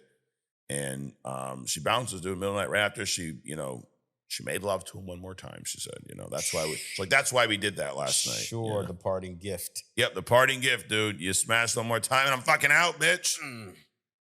The Thor clone was a big part of this. Goliath. Why does always like a C-list character have to die to prove like shit's legit? They just have to they're not gonna whack an A-list, but they just gotta whack somebody. I mean, it's like Star Trek. Opening scene when they go visit a planet, it's Kirk, it's Spock, it's McCoy, and some unknown lieutenant. Yeah, the lieutenant ain't right. Coming You're back, gone, bro. You come back. Yep. It was kind of like Alpha Flight in that collective thing we just read. Like these motherfuckers just pop up just to die. The fuck. We see the Watcher in here, and we talked about how if that motherfucker shows up, dude, shit's probably fucked up. Shit's probably about to go haywire. He's probably showing up so he can get into some shit. Yeah. That's the most invasive, supposedly non-contact entity in Marvel Universe. And Doctor Strange is also sitting this one out. He's not, they want him to kind of join. He's like, nah, dude, y'all are on your own. Nope. So it divides the fuck out of everyone. And it really sets the stage for the, next few issues where this whole thing wraps up. Where does Strange fall? Is he considered a person of interest when it comes to is he like a superpowered? Is he like not or? Yeah. Oh, with this whole, he is, but they've decided to leave him alone. So I guess he's not really looked at as one of these superpowered individuals. They kind of dude, just stay out of it, leave it alone. But they did try to recruit him. Right. And he's like, no, dude, I'm not down with that. All these fucking, I think the whole shit with the kids being fucking killed kind of sat the wrong way with him, you know? Right. Shit, we know where these Epstein motherfuckers have been all on Tony's side. Fuck. Shit. Eating them while we fucking them. Right. All right. So let's take a look at Civil War. Man, Issue Cap looks 3. old. Yeah, he does, dude. So it picks up right where, press conference, Peter letting everyone know who he is. Oh, this is the scene with T'Challa and Reed. And this is like where it pisses me off not having a T'Challa. Right. I mean, we're not going to get to see T'Challa interact with Reed. Or maybe we will. Who knows? Oh, I'm sorry. What he told him was word of advice, Reed. Call Susan. It's good advice. Right. Because you're out here doing all this bullshit and you probably should fucking check on her, dude. You notice that he's telling him that in the rain, right? Oh, yeah. Water. Namor. Subtle She's hints. on the prowl. Yeah. Yeah, she's not hiding, dude. She's going to fucking Namor's house, bro. Right. Yeah. And Johnny can't do anything about it because what's he's he gonna surrounded do? by water. Yep. And you see Tony trying to recruit everyone. He's trying to recruit Emma Frost and the mutants. And she kind of told him, like, no, we're good. Hey, where were you Avengers during Genosha, motherfucker? Right. Like, don't talk to me about genocide, bitch. Right. You know? Bishop's in the house. Oh, these are their disguises. Look at Cap up top, Hercules, Daredevil, and Goliath. So, Fury's got them some disguises to kind of blend in. And then this is where they get the distress call. And when they realize they're fucking being set up, fucking Iron Man up in the house. Their standoff here is trying to talk him down. This is where Cap pulls the okey doke on him. Boom, gets zapped. And Goliath, little did you know, Goliath, you about to die. You know the rule, Adrian. Yep. I know you're thinking. Yep. What's the rule? If there's somebody, he's like the lieutenant. If he's black, first one you out. Die first, dude. Yep. Yeah, they gotta kill someone. The big black guy. Let's do that. Yeah. So it's the first little fight between these two. And Tony's suit has studied Cap. So Tony is fucking giving it to Cap here, dude. He fucks him up. He even makes a comment like, dude, stop. Your jaw's like hanging off. And then Thor shows up. Oh my God, where's this motherfucker been? Oh my God.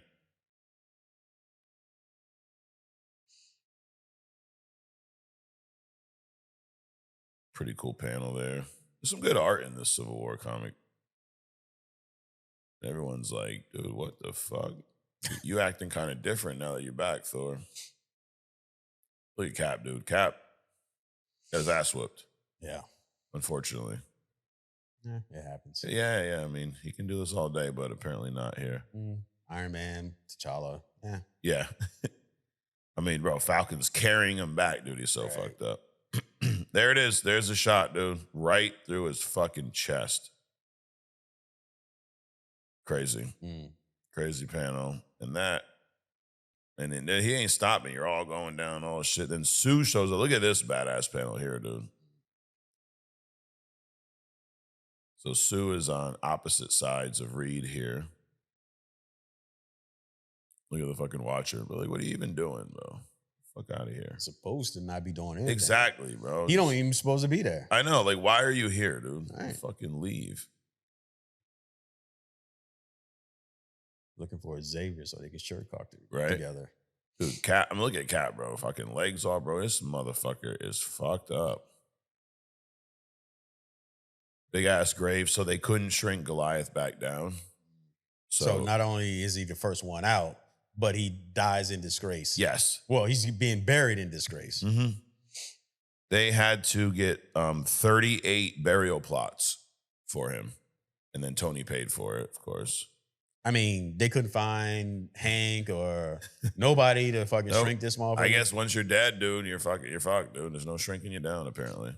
I mean, the Pym particles is a particle. Yes. It's not his power. Right. He didn't die in his powers, then revert. So they him. should be able to shrink They him should down. just be able to open a canister. Where's Janet? You know, Right. open a canister on his fucking nose and shrink him or some shit. Right. Well, but we saw the same thing with Janet when she was hurt in Avengers Disassembled and she was in a coma and she was small and they didn't fucking make her big again. Some plot holes, you know. I don't know. I don't know. Here you go. Sue leaving Reed. She left him a note and shit. They had a nice little dinner. They fucking hung out one last time. You got some of this fucking poontang one last time. And that's it. It's a fucking wrap. And I believe this split kind of sticks through a lot of this multiverse story we're going to go on. Like, this was, she had enough, dude. She's fucking pissed. And here you go. This is the squad they're going to send out to round up all the the ones that refuse to join. Ain't that some shit? You got Venom there. I mean, come on, dude. Really? Bullseye. Yep. So we'll get into that next week with issue 5. Hold on, let's pull up. Boom. And this is all on Marvel Unlimited. If you do, if you're not signed up, you should use our link to sign up. So we'll make fucking 32 cents. It'd be cool. So this is the just kind of another side of the same battle here through New Avengers. But this is where you see, oh, there's your favorite Spider-Man suit, by the way. You got protesters on both sides. So Spidey's dealing with some shit here. It's like, dude, really? You got me fucking caught up in this, Tony, motherfucker. I mean, the protesters, they hate him. Girl, Ms. Marvel in the house.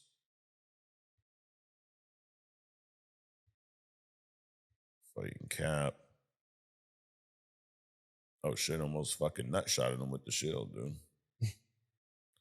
That would hurt even Spider-Man, you know? He fucking webbed up the shield. I mean, we've talked about this a lot. Like, I love Cap, but Spider-Man would fucking whip his ass. Yeah.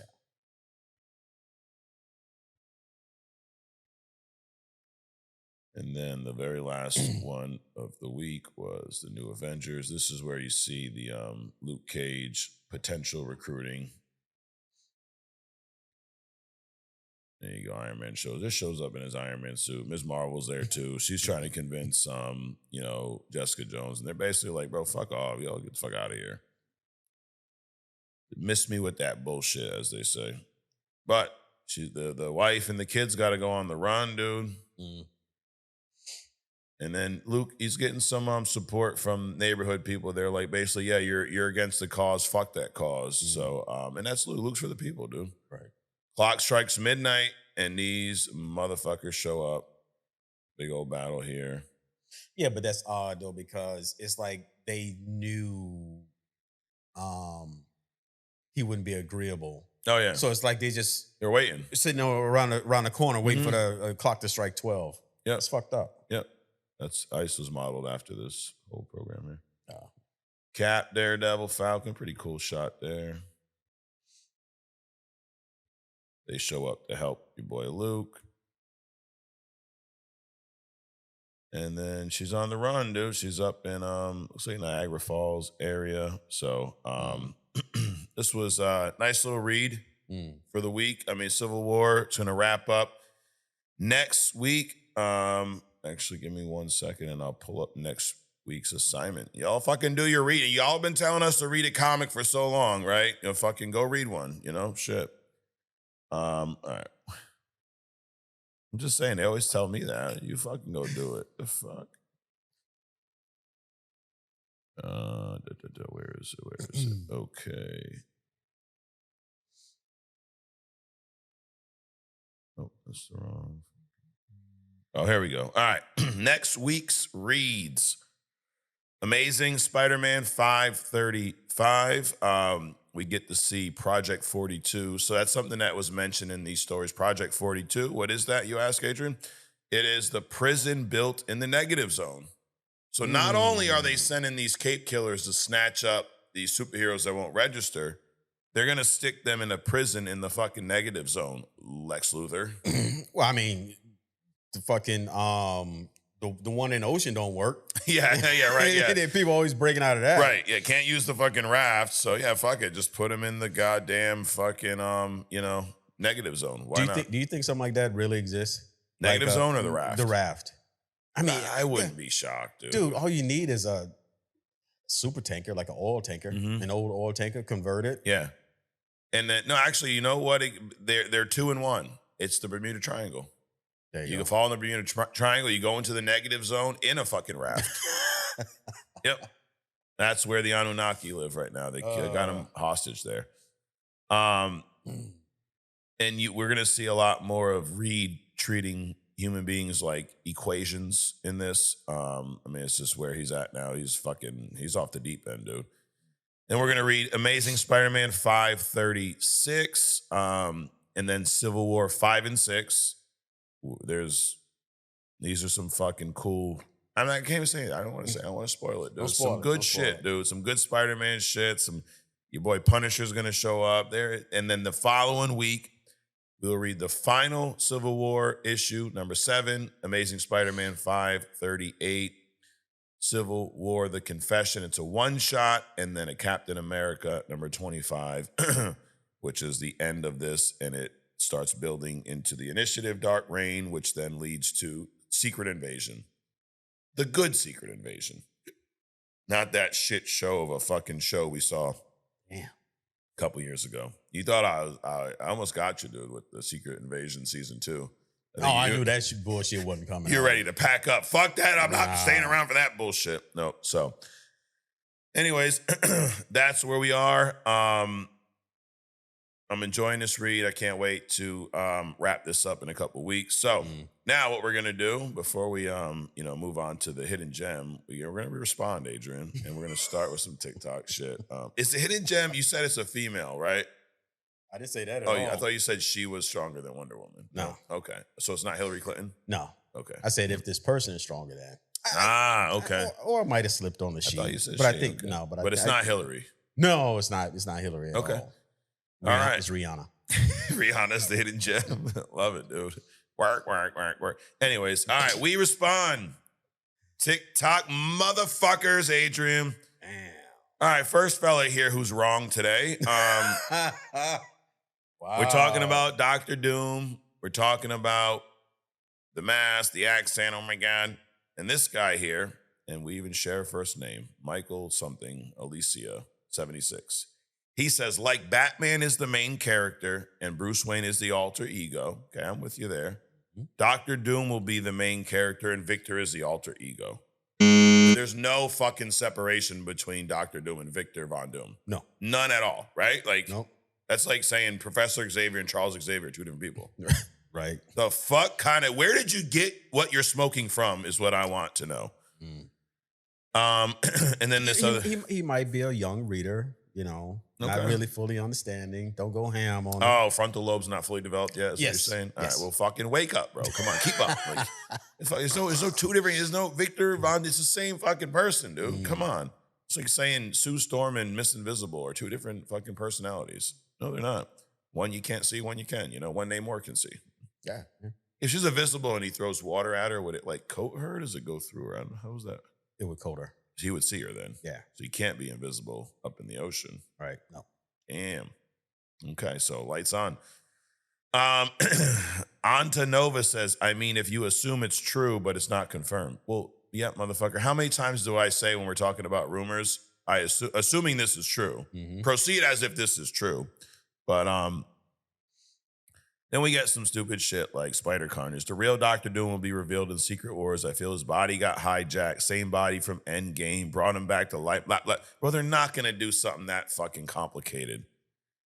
I think there will be, this another guy, Bubble Melon says, I think they will do flashbacks which will show his face and really think at the end of the battle somehow will hit his off. But my thing is, if the Fantastic Four see Tony Stark on a billboard in 616, why would they mention it? Because his face is probably like, what the fuck are you talking about? First of all, why would Tony Stark be on a billboard fucking 10 years after he died in that universe? I don't know. I mean, and then it's not going to look like Dr. Doom. And then Bouncer says, how do they introduce Doom without the Fantastic Four origin? Well, the same fucking way they introduce characters without origins all the time. I don't understand that. Did they introduce the Fantastic Four? Yeah, but he's saying like without that origin with the Fantastic Four, like like the whole college thing and all that bullshit. Does it really fucking matter? It's kind of integral to their relationship. Yeah. But I mean, they can just glean over that. They could glean over that. They could have something else that ties them together. Like I think and even sometimes I fall victim of this too, Adrian, believe it or not. we look at the MCU sometimes as if it's supposed to be a one-for-one copy of the comics. The MCU is an alternate universe. Okay. Right? Like it's based on comics, but nothing for the most part happens exactly like it does in the comics in the MCU. It's almost like a Elseworlds type of alternate universe. Okay. It just is in live action. So I don't think just because they were college buddies in the comics, it has to happen here. It would be cool, but there could have been another tie. You know, they could have met after college. They could be. You don't need that for it to work. You just need to have some connection. Well, considering the Fantastic Four appear to be coming from another universe and Doom is in their house, he's drawn to Franklin. So they can, with that type of origin, just exclude the whole college interaction. Oh, yeah. Doom just shows up because he detects that Franklin is fucking all powerful or some shit. And then you don't have to do any of that. Oh, you could bypass the whole thing if you wanted to. Exactly. But there's also so much that we don't know about this Fantastic Four and Doom. They could be college buddies and just never mentioned it, right? Like that's not what they're out there fighting Galactus. What are they gonna say? Where's our college buddy Victor at? Right. Like, I mean, right. And there was a rumor that Doom and the Fantastic Four are not at odds right yet. Like, which is why he was up in their house. Or this moment. Yeah. Like they could, because there was no mention of him in the Fantastic Four movie. The Latveria seat was empty at the, Future Foundation. But there was nothing that was said, even when they showed their kind of origin through flashbacks, fighting the Mole Man. We didn't see any fight with Doom. Right. So he could have. You saying he could have been over for dinner? He could have been over dinner, and they just didn't show him walking in and all this other kind of bullshit. He could almost be an ally of theirs now, and then we see that turn in Doomsday, which could possibly make that shit hit even more, right? Like if we introduce Doom at a time where he's not an adversary to Fantastic Four, but then he fucks everybody in the process and becomes that, or villain. The Fantastic Four fuck him. There you go. That too. They've known to do some fucking, Adrian, and not in the good way, Oh, sometimes in a good way. Well, Sue has been anyway. When you go for allegedly. Allegedly, yes. Yeah, why do you like swimming so much now? Why are you asking about breathing underwater, dude? What's up with that? All right. Actually, what you got? I think there's a correction in order. I think Sukan, you asked about if Namor throws water on Sue and she's invisible, would her form come up? I think she can manipulate her force field to the point where she can allow things to pass through it. Okay. So theoretically, she if you throw water on him, he still wouldn't see her. Damn. All right. Well, I have to double check that. Yeah, we'll have to ask Namor. Yeah. There you go. All right. Interns. Shout out to all the interns. If you want to join the Legion of Interns, you can. It's $4.99 a month, and we'll just call you interns. And you get a whole other podcast too called Other Stuff, where we get into some comic stuff, we get into some deep dive. We're talking about our founding fathers lately. Yeah. The Anunnaki. Yep. Our ancestors. Shout out to Enki and Lil. Shout out to my people. When y'all come back, please come and do a podcast with us. That'd be cool as shit, dude, if they just showed up here, because we've been, telling their story for a while now. Well, as long as, Inky don't treat us like he did his kid. we're not your kids, dude. And you can have my gold chain if you want. Well, it's fine. Yeah. Technically we are. We are, yeah. So I collected this gold for you, dude. Been hanging on to it for a while. It's probably worth a lot more now. I'll probably go first because, because I don't have gold. Yeah, that's why. That's why. Yes. Or are you saying because you're black? Hey. Yeah. Who knows, dude? Who knows? Hey, one of the Anunnakis was black. I mean, that's how we have black people, right? Who knows? Has to be. I wonder which one that was. Anyways, all right. Shout out to DJ Super Soldier. He says, AWA, my guys, smack a TikToker. My new favorite segment. Yes. So he enjoys it.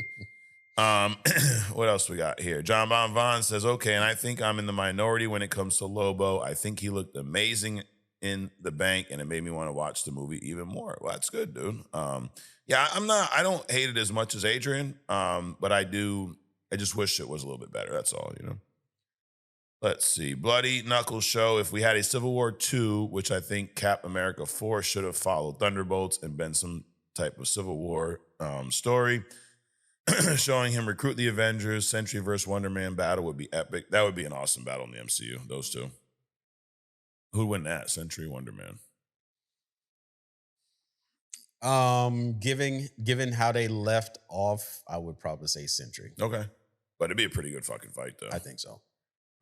He says that the only worry is if they're doing a soft relaunch, we don't see him for a while. I can't wait for March, April, Daredevil, Invincible, The Boys, all in that time. Yeah, we got a lot of shit this year, dude. Yeah. A lot of shit. Wait a minute, they got another year of The Boys? Yeah, the final season's coming out this year, Oh, dude. You got to watch the fourth one, huh? I got to watch the second one. The Boys? Third one? Yeah. You haven't seen the third one? No. Really? I thought it was just the fourth one you missed. No. Oh, shit. Okay. You got some homework to do. You talk about me, Adrian. Come on. Hey. At At least I know who they are and shit. Yeah. No, what I'm saying is like the longer they stretch out The Boys, the longer Star can't play fucking Wolverine, dude. Okay. EM Shine Forever says, just found this podcast. Y'all are dope. I'll be turning in from here on out. We appreciate that, dude. Then OG pops in, welcomes him to the club. Akima Moore, salutations, gentlemen. Okay.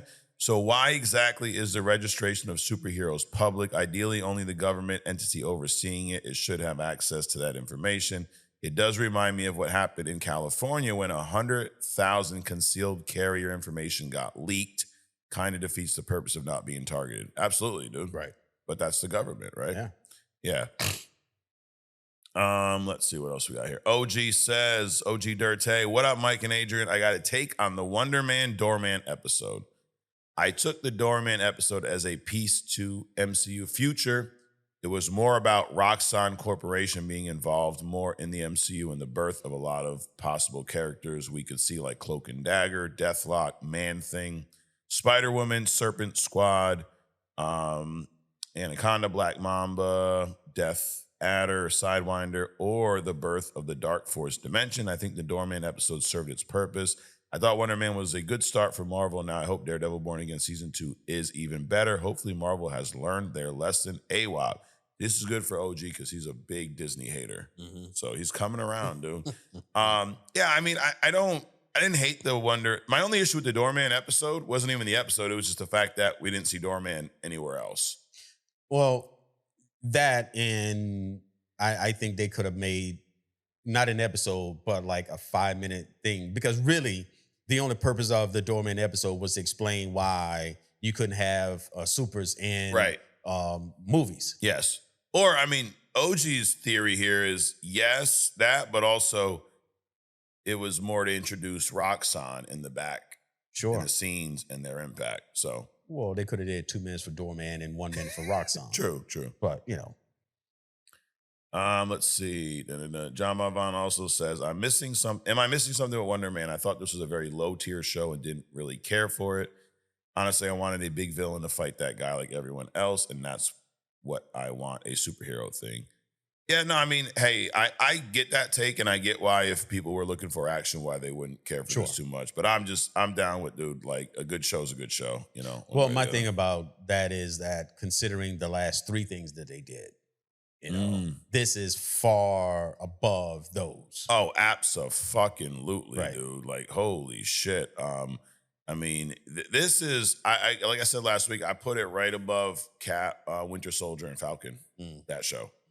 I think that the shows that are better than Wonder Man are, you know, WandaVision, Loki,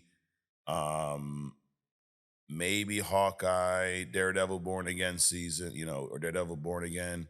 I would put Ms. Marvel above Wonder Man? Wonder Man, yeah. Okay. Would I put Ms. Marvel or Wonder Man? I don't think I would. There you go, fucking Plant Daddy. Mark it down. We didn't agree. Oh my God. Oh, you guys staged that. Yeah, we staged that, yeah. I just text Adrian like, hey, fucking disagree with me right here. So people can fucking not cry about it online. Y'all sound, when you do that, you sound like some entitled fucking bitches, honestly. Like, you agree too much. Shut the fuck up, dude. Like, hey, you know what? Argue with yourself. How about that? You can do that. And argue all you want. Right. Yeah, so I would put this above Ms. Marvel, but yeah, it'd be top 5 Disney show. Sure. Easily. So yeah, definitely want to see more. All right, that is We Respond. Adrian, we're going to get into the hidden gem. You're Okay. going to tell us all about Hillary Clinton. Yeah. No. No. All right. So this week's hidden gem was a recommendation. Okay. And like Blue Marvel, Mm. this character is also black. Like Blue Marvel, this character is also a runner for pushing Superman out the fucking way. Mm. Right? So this week's hidden gem is Icon. Okay. All right, it's kind of like a Superman story, but so Blue Marvel was written by a black man who didn't want to, back in the 60s, I think, and he didn't want to, even though Blue Marvel is technically stronger than Superman, he never wanted to write him stronger than Superman. Okay. Right? This character, I don't know who created him, but Icon is written to be really on par with Superman, and in certain instances is even more powerful. Okay. And kind of has a similar origin from Superman, but also kind of like a Loki too. And I'll get into it. All right. So Icon is an alien from the planet Terminus. Okay.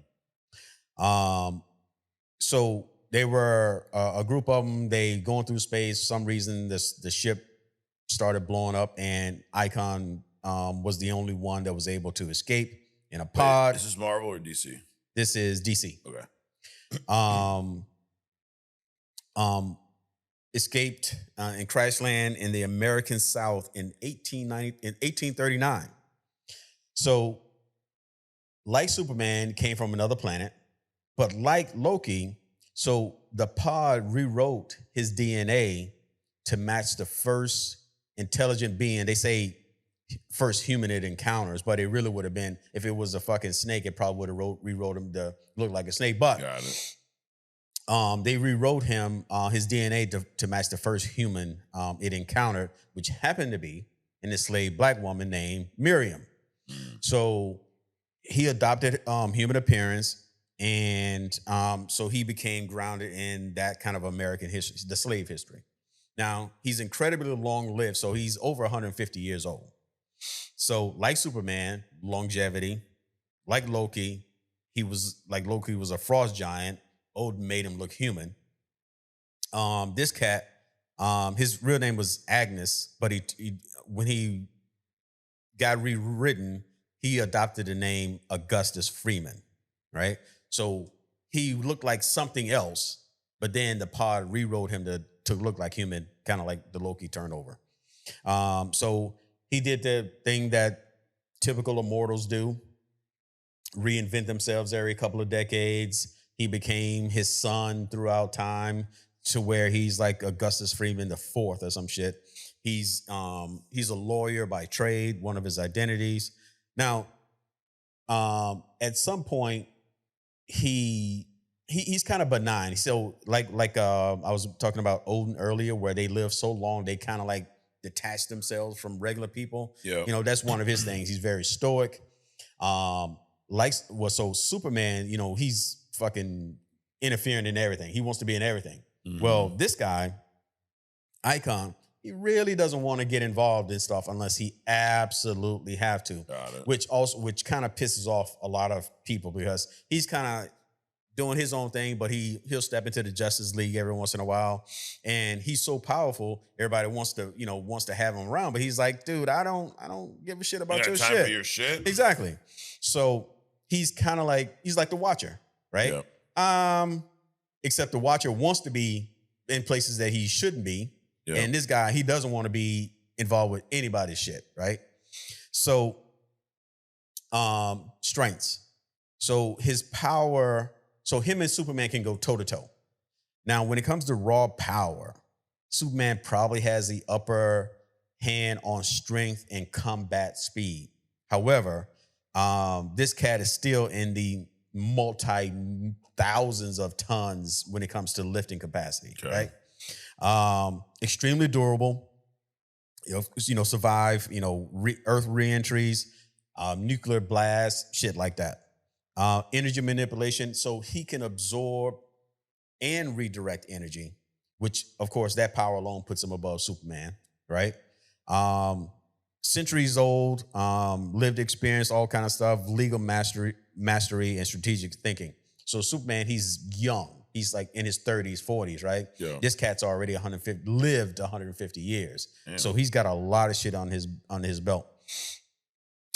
His weaknesses, he can be emotionally distanced, which causes problems not only with the people around him. He doesn't really have a love interest per se, but he has people around him. He hooked up with this girl called Rocket, Raquel Irvin, and the reason that happened was because one time it was like during some period they saw some kind of there was some like riot or something go on, and he displayed his power. She saw it, and because of that, she encouraged him to become Icon. She literally gave him the name Icon, like you would be an icon to other people, helping and so on and so forth. So she gave him the name, encouraged him to become a superhero, and she also was kind of like his sidekick, called obviously Rocket, but she looked kind of like Jubilee from the X-Men. Yeah. She was kind of dressed like that. Now, she did not have any superpowers herself, but what he did was the pod that changed his DNA. Obviously, he kept it around like Superman, right? The spaceship under the barn kind of a deal. So there's a technology in there that where he fashioned a belt for her that allows her to manipulate certain types of energy. So she can absorb energy, redirect it. She can shoot it out of her hands. She can fly, things like that. So that's why they call her Rocket. So they were like, she was like his sidekick in the things that they were doing. She went off, she had a baby by some other dude, but then she came back and so on and so forth. So his distance, so she's very close to him, but because he's emotionally distant, she gets in her feelings every once in a while because she wants to, probably fucking disclose something to him and he just don't care. Yeah. Kind of a deal. So he's very rigid. So again, powers, multi-100,000-ton range, can boost his strength with absorbed energy, right? Among DC's kind of toughest, like how Bishop absorbs energy. Yeah, but at a much greater scale. Got it. Yep. Survives nuclear blasts and cosmic distortions. So one time, somebody was going to like drop an atom bomb in a place. He absorbed all that energy and redirected it somewhere else. So, Superman, what would he do? He probably, if it was like a missile, he'd probably intercept it, fly it out into space and throw it out into space or something like that. But this cat, like at ground level, can absorb all of that energy and redirect it somewhere else. Damn. So he has energy projection, absorption, redirection, force fields, and internal energy reserves. So unlike Superman, who requires, this is another advantage that he has over Superman. Unlike Superman, who requires yellow sun, Icon generates his energy from within. So he doesn't need, it doesn't matter where he is. He will always have the power, but he can also absorb other things to make him even more powerful. Yeah. So he has the power of flight, and he's also space capable. Regeneration and longevity. So he's immune to disease, aging, and most toxin. So I guess he's not long lived. He's immortal. Yeah. And of course, they give him, genius level intellect and strategy. Of course. So when you compare him, you kind of compare him to Superman. Yeah. So when it comes to strength, Superman has a slight edge, but they write him as near equal. But like if they get in the fight, they can go toe to toe. Nobody's going to win. Got it. Right. Durability. Superman is solar enhanced. Icon is not. So not only does he generate his own energy, he can absorb other energy. Probably go and like lay his hands on Superman and pull his shit out. Damn. Right? Speed. Superman has the advantage there. Energy projection. Superman has like heat vision, but Icon is, vastly superior versatility. That's your boy right here. Yep. There he is. Yep. Stamina. Is that the chick you were talking about? Yeah. Looks like Jubilee, right? Yeah. If you looked at the rest of her outfit, Yeah. you'll see she got like the short shirt, the shorts, all that kind of shit. Yeah. Um, Oh yeah, look at her right there, right? That's the rest of her. Yep. Okay. So Stamina, near limitless in sunlight, Superman, and Icon is they say high but finite. Yeah. Again, they don't want to make him as powerful as Superman. Of course not. Because whatever. And then there's the intellect thing. So Superman is faster and stronger overall, but Icon is more durable and more versatile. Like I said, one of his biggest and most impressive feats was absorbing and redirecting a nuclear level explosion, taking the full force, containing it, and safely dispersing it. So Icon versus other DC heavy hitters. Martian Manhunter. Icon wins physically. But John would win mentally because of his telepathy. Okay. Right?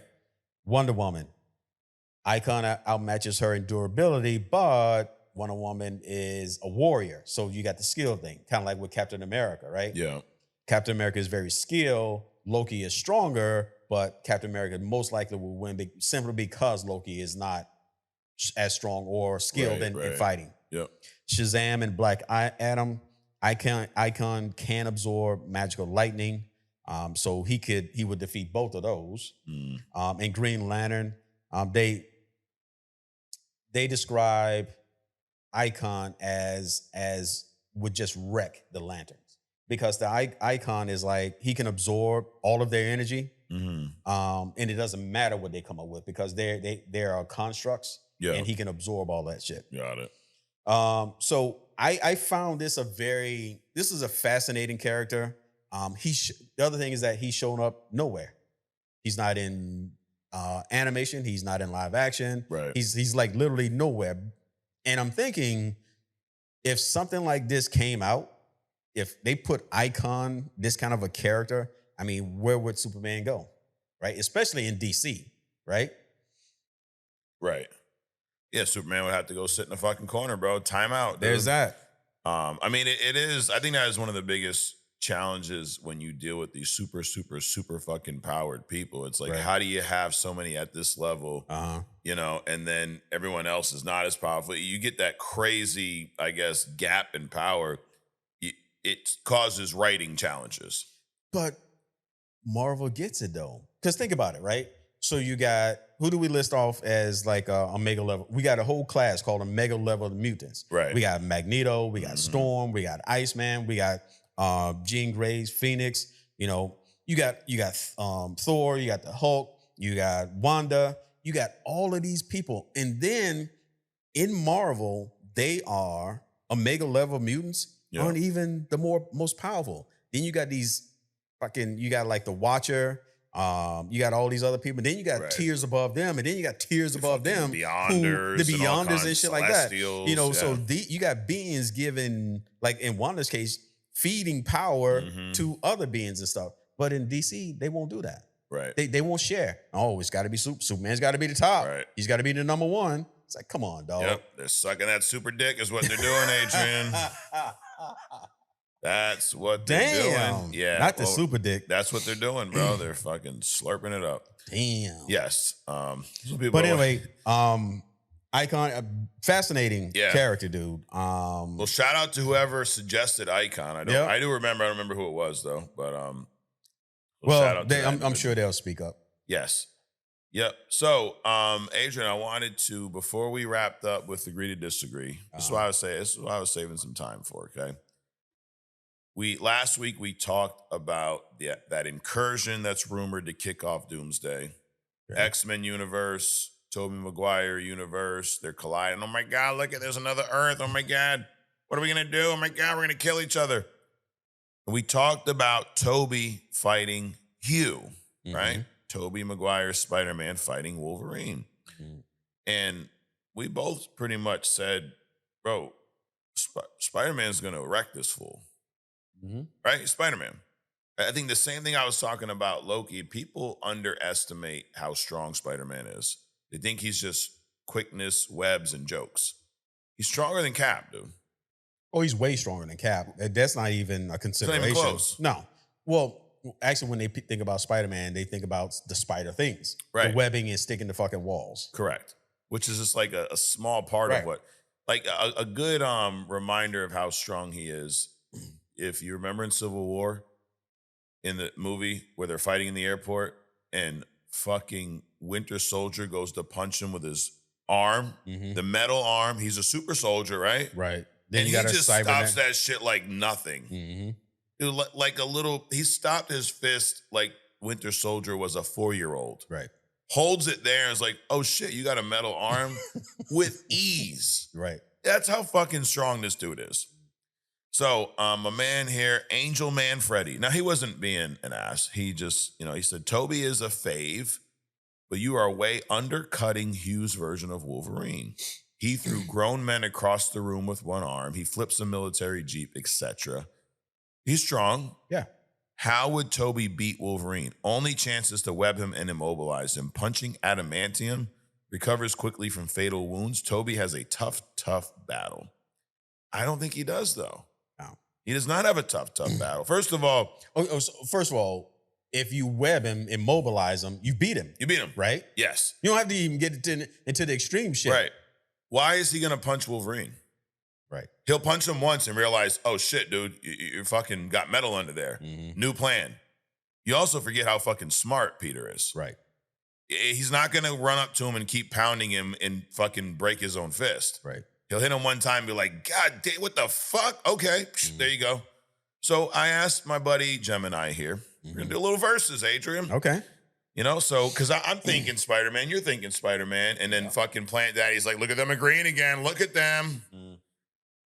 Newsflash, we're probably going to agree here. So let's see what Gemini has to say. Gemini says this is the classic unstoppable force versus unmovable object. Okay. That's a bit much. Oh, yeah. And they always say it. They love that. Immovable object, unstoppable force. Shut up.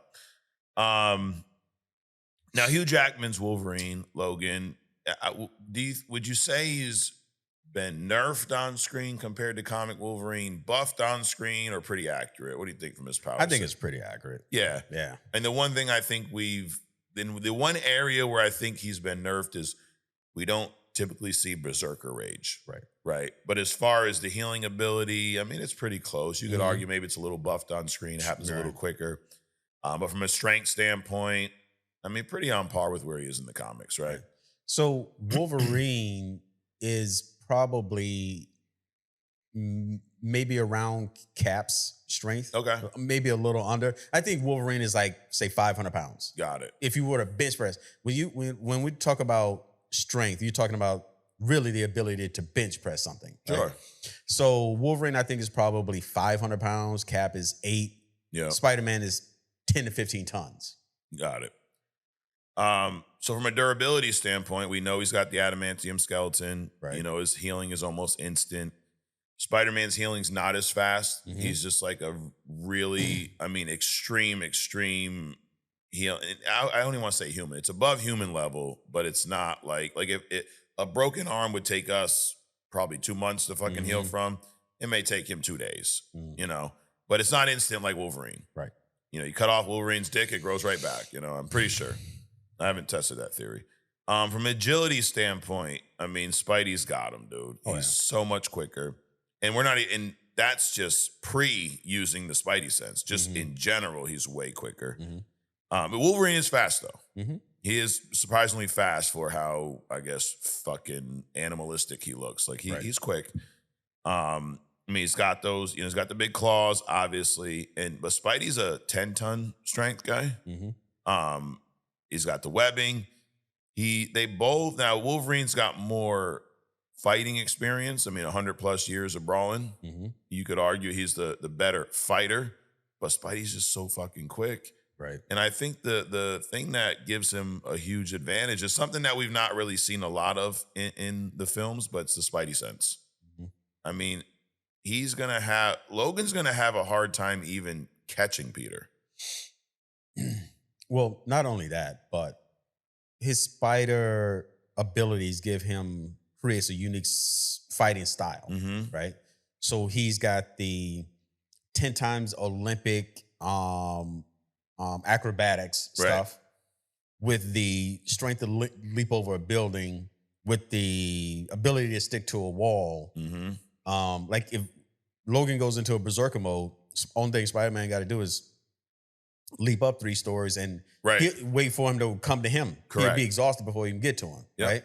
So his unique fighting style, I think, gives him an edge even over Wolverine's however long he's been Correct. alive. And because Wolverine is he's like the thing. He's a brawler. Yeah.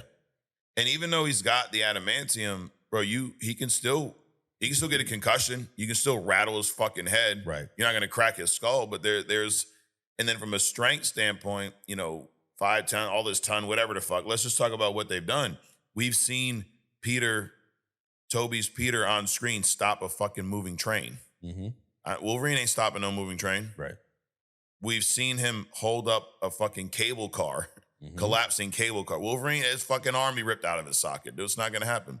So, yes, Peter can't break Logan's bones, but he's so much strong. So a full force punch or even a kick, dude, it's going to do some damage. Sure. It's not just, he kicks Logan and his foot breaks. No, he ain't fucking Deadpool. In one of the X-Men's, Logan, he got shot in the head. Yeah. It knocked him out.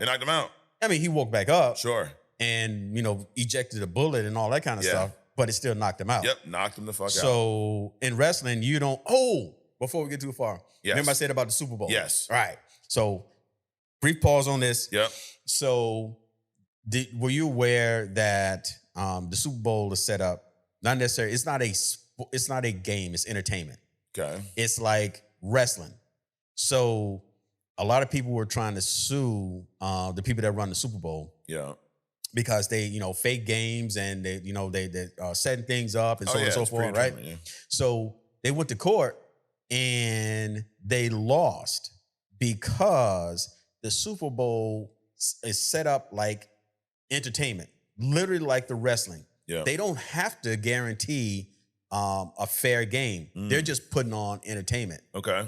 So take that for what the fuck it is. Anyway, I just wanted to bring that up. Saying it's scripted. I could be. Maybe. Actually, by the time you're watching this, we've already seen the Super Bowl, so hope you enjoyed it. Right. I think I did. Just going back in time. I'm pretty sure I enjoyed it a lot. The killing intent, that Logan has the edge there. I mean, Logan's definitely down to fucking kill. But and Peter almost always pulls his punches, by the way. Sure. We rarely have, I don't think we've ever really seen him full fucking force. Right. Not only does he pull his punches, but he's actually the complete opposite of Wolverine's berserker shit, or even his normal shit. Right. He has zero interest in killing. Correct. So, I mean, these two show up on a street corner. If Logan catches him off guard, he may land one shot, but Spidey's way too quick, dude. He's not going to catch him.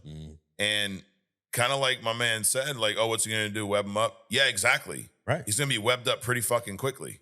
And then for those that are like, Wolverine can just cut through that. Okay. So if he binds Wolverine, Wolverine can eject his claws through the webbing, but you need the rest of your muscles to like rip through the fucking webbing. You can punch a hole in it, but then what you gonna do? Wiggle your wrists? Come on, dog. No, dude. He is going to web him. He'll fucking cocoon that motherfucker. Right. And roll him into the ocean. There you go. Now, you always like simple. If Spidey's ready to kill, he will cocoon that bitch, roll his ass into the ocean, and he fucking drowns. There you go. That's how he stops. Over and over and over again, if that's the case. 100%, dude. Yeah, I mean, and dude, I'm a Wolvie guy. You know me. I got my fucking claws here sometime. I didn't bring the claws out today. I was trying to remain calm, but I think that the verdict is in. I think we settled it. So who's my man here? And he was cool about it. Angel Man Freddy. Dude, I think you answered your own question. I don't think, but I disagree. He does not have a tough battle ahead of him. No. Tobey fucking would wrap this fool up and then go have lunch with MJ, dude. Yep. So that is that. I still would like to see it. It'd be cool. I'd like to see these two interact based off of, they've been our Spidey and Wolvie for years, right? Right. All right. Well, that's our verses, little surprise segment for you guys. And we are going to wrap up with agree to disagree, Adrian. The sun's getting low, big guy. Right. I didn't get that soundbite for that. And you even got the Hulk hat on for this. So yeah. This is where we generate a lot of the TikTok comments that we then have to shit on the next week. Apparently. Yep. They say you don't eat what you shit. We don't. We just shit all over the stuff. Never mind. But I mean, it's just we're gonna get stupid shit, and I think we're probably gonna get more of it now that we're calling them out. It's like bad behavior, They're seeking negative attention, Adrian. There you go. But thankfully, I am not that mature. I will give it to you. I'll give you the negative attention. So I'll give you what you want. Exactly. You get exactly what you want here on Only Comics. That's gonna be our new tagline. There you go. Even though you don't. All right, are you ready? Let's go. Let's do it. Number 1, Wonder Man is a top 5 MCU show. Agree. Bring on season 2, bitches. That's it. The Incredible Hulk was better than the first Thor movie. Disagree. There you go for all you people out there. Marvel is better than DC. Oh, yeah. Yeah. Agree. And Mario, you're a hater. No, we like one better, dude. Like some people like hamburgers, some people like hot dogs. Some people eat hot dogs without the buns and not bite them. It's just people do weird shit. Spider-Man needs to get the symbiote in Secret Wars. He fucking needs it. Absolutely. Agree. And it should be the Tom Holland one. Right. Deadpool should not be a lead character in any of the Avengers movies. Agree. And I say that while I'm rocking my shirt. I like Deadpool, but he don't need to be no fucking lead. No. And Adrian, I've changed my mind, as you say we're allowed to do here. Fuck it. Bring Halle Berry back as Storm in Secret Wars. I agree. Yeah. Not in Doomsday. Let's do it in Secret Wars. Primarily because they really haven't brought anybody else that can replace her. Right. I mean, the younger one, not really. No, those movies were so bad that no one even is going to remember. Right. So at this point, hey, fuck it. If you're going to reboot anyways, you give her one last time. Who gives a shit? Right. Yeah, you're sending everybody out in the blaze of glory. Thor's probably going to get fucking his knees cut off so he can't do any more splits. Right. Once some finale, Hulk will probably heal his arm or some shit. Yeah. Stop wearing glasses. So might as well bring him back. Right. He does some shit. When Peter got bit by the spider, he didn't need his glasses anymore. Fucking Hulk's bitch ass needs glasses. The fuck out of here. Anyways, and then last but not least, pretty simple here. For all you people that, like, some of y'all just talk shit and have fun. But for those of you who really have an issue with our shit, if you don't like our shit, don't fucking watch our shit. Simple.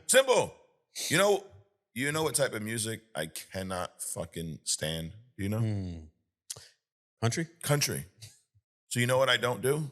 Listen to country. I don't go listen to country and read bad and leave bad comments and this music sucks. Right. I just don't, because it fucking sucks. I know it sucks. I don't need to listen to it again to find out that it sucks. Country music does not suck. You just don't like it, which is okay. So like I said, country music. It was funny. Actually, I got one more comment here from Spotify. So remember we talked about this Turning Point fucking halftime show, The Alternative? Yeah. Right? And I said it's Kid Rock and some no names. Some dude's like, so Brantley Gilbert and Lee Bryce are no names? Come on, dude. Yes, they're fucking no names. I don't know who either one of those motherfuckers are. Do you know who they are? I do not. Brantley Gilbert and Lee Bryce and Kid Rock. No, I'm good. I was just fucking watch Bad Bunny. There you go. Well, I did. I mean, it's back in time, but yeah, of course I did. It was fucking amazing. Oh my God. But that is agree to disagree. So you either agree with us or you get the fuck out of here. No. There you go. You either agree with us or you don't, and that's okay. We're not going to get upset if you don't. But if you want to cry about it, go fucking cry somewhere else or argue with yourself. Yeah, that's my new one. You can argue with yourself. Do the whole mirror thing. Yeah, that's what you stand in front of the mirror. Punch yourself in the face. That's a good. Yeah. That's a good fucking solution to this, to your issue. It's so random, but you mentioned the mirror. I read this thing online. It was on a TikTok the other day that allegedly if you stare at yourself in the mirror for too long, you'll start to see some fucking demonic shit. You ever heard this? No. You want to test that theory? No, not down with that. Yeah. They say like your face, you literally will start seeing different shit in the mirror. They say it's some satanic shit. So who knows? So if any of y'all have ever done that, let us know. Yeah, we see weird shit on TikTok, dude. Whatever. You know. Anyways, well, that and sometime in this year we're supposed to lose gravity for 7 minutes or some bullshit. Oh, really? That's a new one too? Yeah. Dude, you know, I saw this on TikTok. That'd be a whole segment. Shit I saw on TikTok. Is it true or not? I saw some shit that said that Ethiopia runs on a different calendar and they're actually in a different year than us. You know anything about this? No. Wouldn't surprise me. Yeah, and it said that, you know what? Well, the fucking ask this real time. Let's see. Oh, yeah, it does. They're fucking 7 or 8 years behind us. Hold on, we're going to dig into that in a sec. You had mentioned about a time where some king or some shit just changed the year. Right, in history. It's like, we really don't fucking know what year it is. No. It's definitely not 2026 when the planet's been around for fucking millions of years, but that's okay. So this is what... It's the whole church thing. Since Christ. There you go. So Ethiopia follows a completely different calendar than us. And it's not just a matter of different month names. They're actually 7 to 8 years behind us. Right now, it's the year 2018 in Ethiopia. They have 13 months. So we have 12 months of different lengths. Ethiopia has 12 months, 13 months. 12 months that are exactly 30 days long, plus a 13th short month at the end of the year called Pagume, which has 5 or 6 days, depending on if it's a leap year. So every month has the same amount of days. Kind of seems like it makes more sense. Why the year gap? It comes down to a disagreement over the birth date of Jesus. The Ethiopian Orthodox Church uses a calculation that places his birth 7 to 8 years later than the Catholic Church does in the 1500s. And then time of day, just to make things more interesting, many people in Ethiopia also start their clock at sunrise rather than midnight. So when it's 7 a.m., an Ethiopian clock may read 1 a.m., the first hour of daylight. That's crazy, dude. Fucking wacky. I mean, does it matter? No, not at all. But it's interesting. It's fucking, so they're 7 years behind us. Whatever. Dude, wait till fucking COVID hits them in 2 years. Right. I don't know if that's how it works or not. Exactly. We'll never get mail from them because they dropped the letter in the thing and we just keep moving and moving. Right, yeah. Like a letter never gets to us. It's like time travel. Fuck. I mean, I'm sure in some fucking history, some shit, there's probably a better calendar than the one we use. Every month with different fucking amounts of days and shit. It's kind of fucking stupid. Yeah. But anyways, we're in February, the shortest month of the year, Adrian. It's also Black History Month. Is that ironic that it's the shortest month of the year? It's on par with how everything else works. Right, yeah. Anyways, well, one of these months we're gonna have Only Comics History Month. We'll be around for a few more years though. Yeah. Well, Adrian, that is our show. It was another fun week here on Only Comics. We will be back tomorrow on other stuff, so hop on that podcast if you haven't already. And the homework for this week, you already know what you're supposed to read, and the next movie is The Avengers. And guys, drop us some comments. Let me know. Are you doing this read? I know some of y'all are. Are you doing the read with us? Are you doing the watch through with us? This is the first Avengers movie. This is a big moment. When first time we've seen something where a handful of movies build into one movie, where a team like this was assembled on screen with a lot of big major characters. And can't wait to rewatch that, talk about it next week. So, Adrian, thanks for coming out. Guys, thanks for watching. Subscribe if you haven't already. You know where to find us every week right here on Only Comics. We will see you next week.